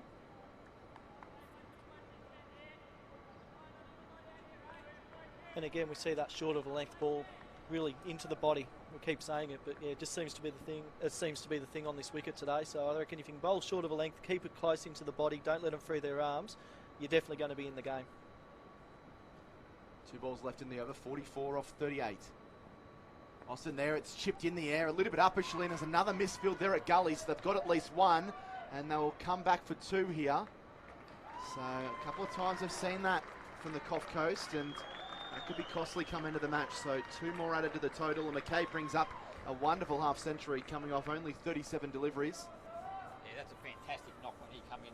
2 quick wickets come in, and he set the intent early. He went after the bowling, and 51 off 37 balls, really changed the momentum of the game. Already 9 from this over. Last ball, Austin in is short, and it's absolutely creamed over the top. Couple of bounces over the rope for 4, and that is a big over there for the Central Coast rush. It's been all Steve McCabe. He goes to 55 from 38, and all of a sudden, they're 3 for 97, the Central Coast, needing just 38 from 36. It's almost back to a runner ball type stuff. Run rate required is 6.3. Gallatin's with him on 6, and just Matt just takes 1 over like that just to change things, doesn't it? 1 big over, and that's what Central Coast have been striving for, and they've got it right there. Yeah, they started that over needing over 7 runs and over, and they've got it down to 6.3, but that last ball was the 7th ball of that over following the wide, and it went for 4. So, well, it's only 1 run when they bowl that wide or that extra. That last ball is where it counts, and if he didn't bowl that wide, if he doesn't finish off with that boundary, they've got 4 more runs to play with, but they were able to hit that 7th ball for the 4. So probably back to Central Coast rush is probably just slightly ahead again after that over, but as we've seen, it only takes 1 or 2 really good overs to really change the momentum of the game, especially with only 6 overs to go. They're going to bring Ben McMahon into the attack, so he gets a chance to leave his imprint on the game. Gallatin will be on strike to him. He's on 6, so this becomes a very important over. Well, all of these final 6 obviously do, but if they have another over like that where they concede 12 or 15, it might be good night, Gary. Yeah, you're right there, and this is where it's going to come big on Richie Gallatin, how he's going to use his main bowlers from here. You hold them back late at 19, 20. If the game may not go that distance, or you get them in there, get them in now, and try and pick up a couple of wickets, and then who do you bowl at the end? It's a real juggling act, and this is where good captaincy really comes into play. And it looks like, I think it is, and McCabe's the key. I nearly bowled Honeybrook out. I know something seems to happen when he bowls his overs. We've had 3 overs of him, and something's happened in every over. And I think if McCabe's still here, he's going to get them home. I think you've got to find a way to get McCabe out, and I see the keeper looks like he's going to be keeping up to the stumps here, which would suggest that they're going to hopefully bowl full and straight here, trying to get him trapped on the crease with an LB. But yeah, a bit like the last game, they've got to try something different. If they let it drift here, they'll just get it with 1 or 2 overs to spare. Well, he was a wicket taker, Honeybrook, wasn't he? And he looked like getting wickets. Yeah, he had McCabe dropped early on. He dropped him early. So here's McMahon, right arm over the wicket. It's Gallatin, and whips this one on the onside, and they have to get their skates on this pair, and they get through for a single. So Gallatin has done a really good job of just getting to the other end and realising he needs to get his informed batter and who's got his eye in the strikers end as much as possible. I think the other option is Dougie Harris. He's still got one left, and we've seen that spin has really played a part in this game. Maybe you get him on, he only goes for 1 or 2 and over in that over, and again that run rate lifts up over 7. Yeah, just something different. We've had a few overs now of medium paces, and maybe it's just time for that spinner to come in. Yeah, he could be handy a bit later on when they to get that, when they're looking for a really tight over. This ball is pushed down the ground, managed to find the gap again. Does McCabe? They want to come back for a second. It's a nicely run to there. Gallatin was the one that set that up. He really turned quickly and got out of second gear rather comfortably, and they get back for 2 runs that probably undeserved 1. McCabe to 57. Yeah, you've got out of the blocks really quickly. It's going to take a really good arm from charging in from long on to throw him out at the batsman's end. So good work by Gallatin. Good game awareness. Brings up the 100 for the Central Coast as well. Faces up to McMahon, and he's absolutely tonked this one in between the gap, and he'll get 4 for a beautiful shot. Great timing and perfect placement from Steve McCabe, who's just growing in confidence with every shot. He goes to 61, 3 for 104, and all of a sudden the target's now down to 31 from 33, and that run rate under 6 and over. Yeah, I think Peter Gallatin needs a bit of credit there for getting that too, getting him back on strike. He is the form batsman, hitting the boundaries regularly, and the more balls he faced, the better it is for Central Coast. 7 off 3 balls. McMahon comes in, and McCabe has tonked this one. It's up in the air. There's a player coming in from the deep, but it bounces in between all 3 of them. They get back for 2 more, so probably tried to hit that one. Wasn't really there to be struck, but luck's on his side, and he picks up another couple. Yeah, he got away with one then, to be honest. He just got it over cover there. It probably wasn't the shot that needed to be played, to be honest, given we'd already taken 7 runs off the over. But he's 63 not out, so you can't really complain. Faces up here, and this is a much more controlled shot as he eases a drive down to long off for a single. So that's 10 from the over. McCabe goes to 64. Gallatin 6, 3 for 107. Yeah, 23 off the last 11 balls. That's, yeah, I'll probably leave the field out here. Just try and give him a single. Last ball of the over. At least for the Coffs Coast, I think the key is to try and keep McCabe off strike. Gallatin faces up to McMahon, and he drives down the ground to long off for the single, so he will retain the strike. He goes to 7. 11 coming from that over another good one.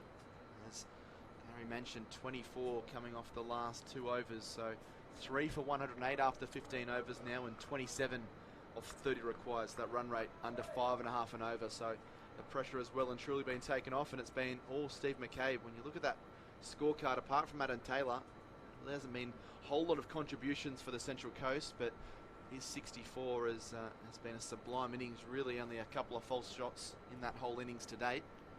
and it's not only the amount of runs he's got, it's how he's gone about it. And it's only been off 42 balls, but he's been aggressive. He's taken it to the bowlers and taken a lot of pressure off the other batsmen.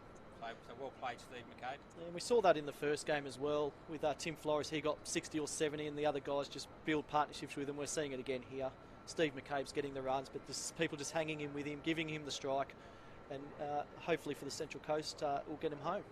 Well, this partnership now is over 30, and that's and in no time. Peter's not really going around hitting the ball a long way, but he's run hard. He's got off strike and allowed a lot of the scoring to be done by McCabe. So that's what batting in partnership's all about. Knowing your role. It's not both going out trying to hit the ball to the boundary. I guess those are the things that the scorecard isn't going to show when you're only on 7. It doesn't tell you the stories of how well you've ran between the wickets or how important you've been as part of that partnership, because this partnership wouldn't have been able to blossom if Gallatin had got out cheaply and was in the pavilion. Yeah, you look at 7 runs off 10 balls and saying if you're looking at without watching the game and knowing the game, you go, gee, he's been a little bit slow, but he's really contributed to the partnership. He played a very vital role and really demonstrated good leadership as a captain of the side. And as Baldwin's come into the attack, and good ball first up. So dot ball to start, wide of the off stump. This one eased out through gully. They've got 1, and they will come back for a second. It was a quick turn, and it was a mediocre throw, it must be said. So Gallatin picks up 2 there, and they're really growing in confidence, this pair. Really taking on the arm of the Coffs Coast boys, and takes the score to 3 for 110. Really, across what we've seen so far, really the only batters really looked to turn 1s into 2s. And that's in the earlier game and this game. He just run hard, and that Steve McCabe was just running around for an easy single, and he's turned into 2. Galichan faces up to Baldwin. He pitches up and he drives beautifully out through cover. It won't reach the rope, but they'll get another 2. So the runs are flowing at will here for the Central Coast, who are just turning the screws and can feel themselves well and truly on top now. 23 off 27. Yeah, we can see here the Coffs Coast are really struggling with this 5th bowler. They've tried quite a few players now, and none of them have been able to dry up the runs. They're all going for 8, 9, 10s and over. And you know, apart from their top 3 or 4 bowlers, they're finding this 5th over or the 4 overs by the 5th bowler really difficult to find. Yeah, after a positive start first up, Baldwin's gone for back-to-back 2s. Galichan faces up and a play and a miss. That's a good delivery. He's feeling for that one outside the off stump as he beats the outside edge. Matt, 23 runs to win off 26 balls. We've only got 4 men inside the circle. Would you have more men up to try and put a bit more of a squeeze, especially with Peter Galichan on strike? I think so. We saw it in the last game where Central West weren't bringing the field in and they got it with 3 overs to go. And we're starting to sense this again. We need to put some pressure on. You need dot balls. Baldwin to Galichan, who flicks this one. The player at short fine leg slipped and it's gone past him for 4.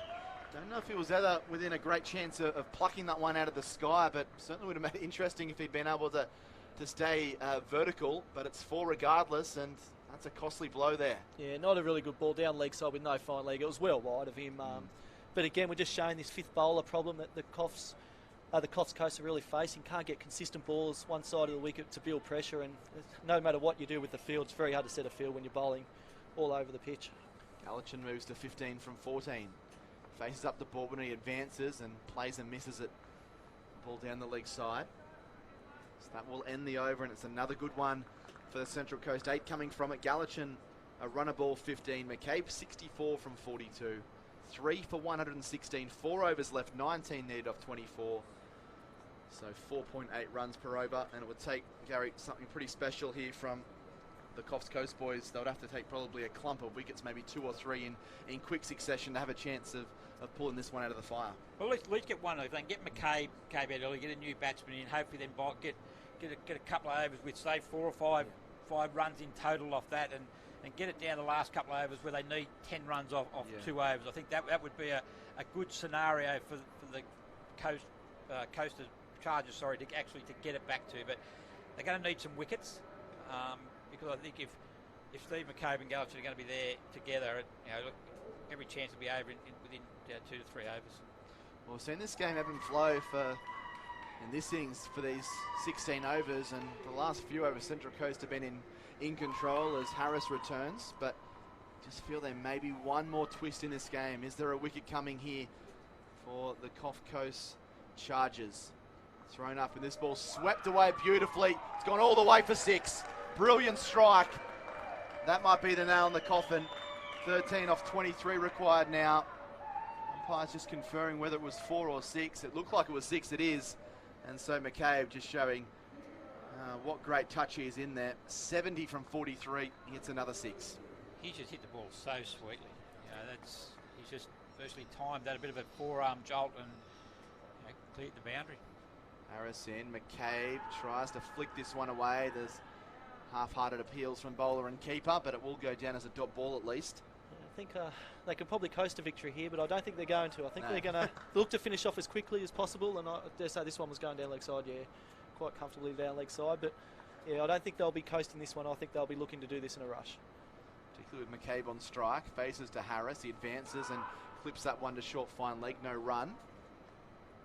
Good bowling. Harris has bowled really well today. He's in his last over now, 1 for 20, and that included the 6. He opened the bowling, so did a really good job early on, and coming in now trying to dot it up and keep the Chargers in with a shot. Harris in, he drives this one in the air. There's players coming in, but trying to converge on it, but having a little bit of luck perhaps there. McCabe to pick up the single. I think he just chipped that over there. I think that was pretty good, but he was beaten in flight, and just checked the shot a little bit and just found the gap. But, well bowled. So 7 runs already from this over after McCabe hit that first delivery for 6. So only a dozen to win off 20 deliveries. Galichan is going to be back on strike. He's on 15. I think they're bringing everyone in. Yep, only 2 out in the boundary. Deep cover, deep mid wicket. Trying to dot the last couple up. Harris comes into Gallatin.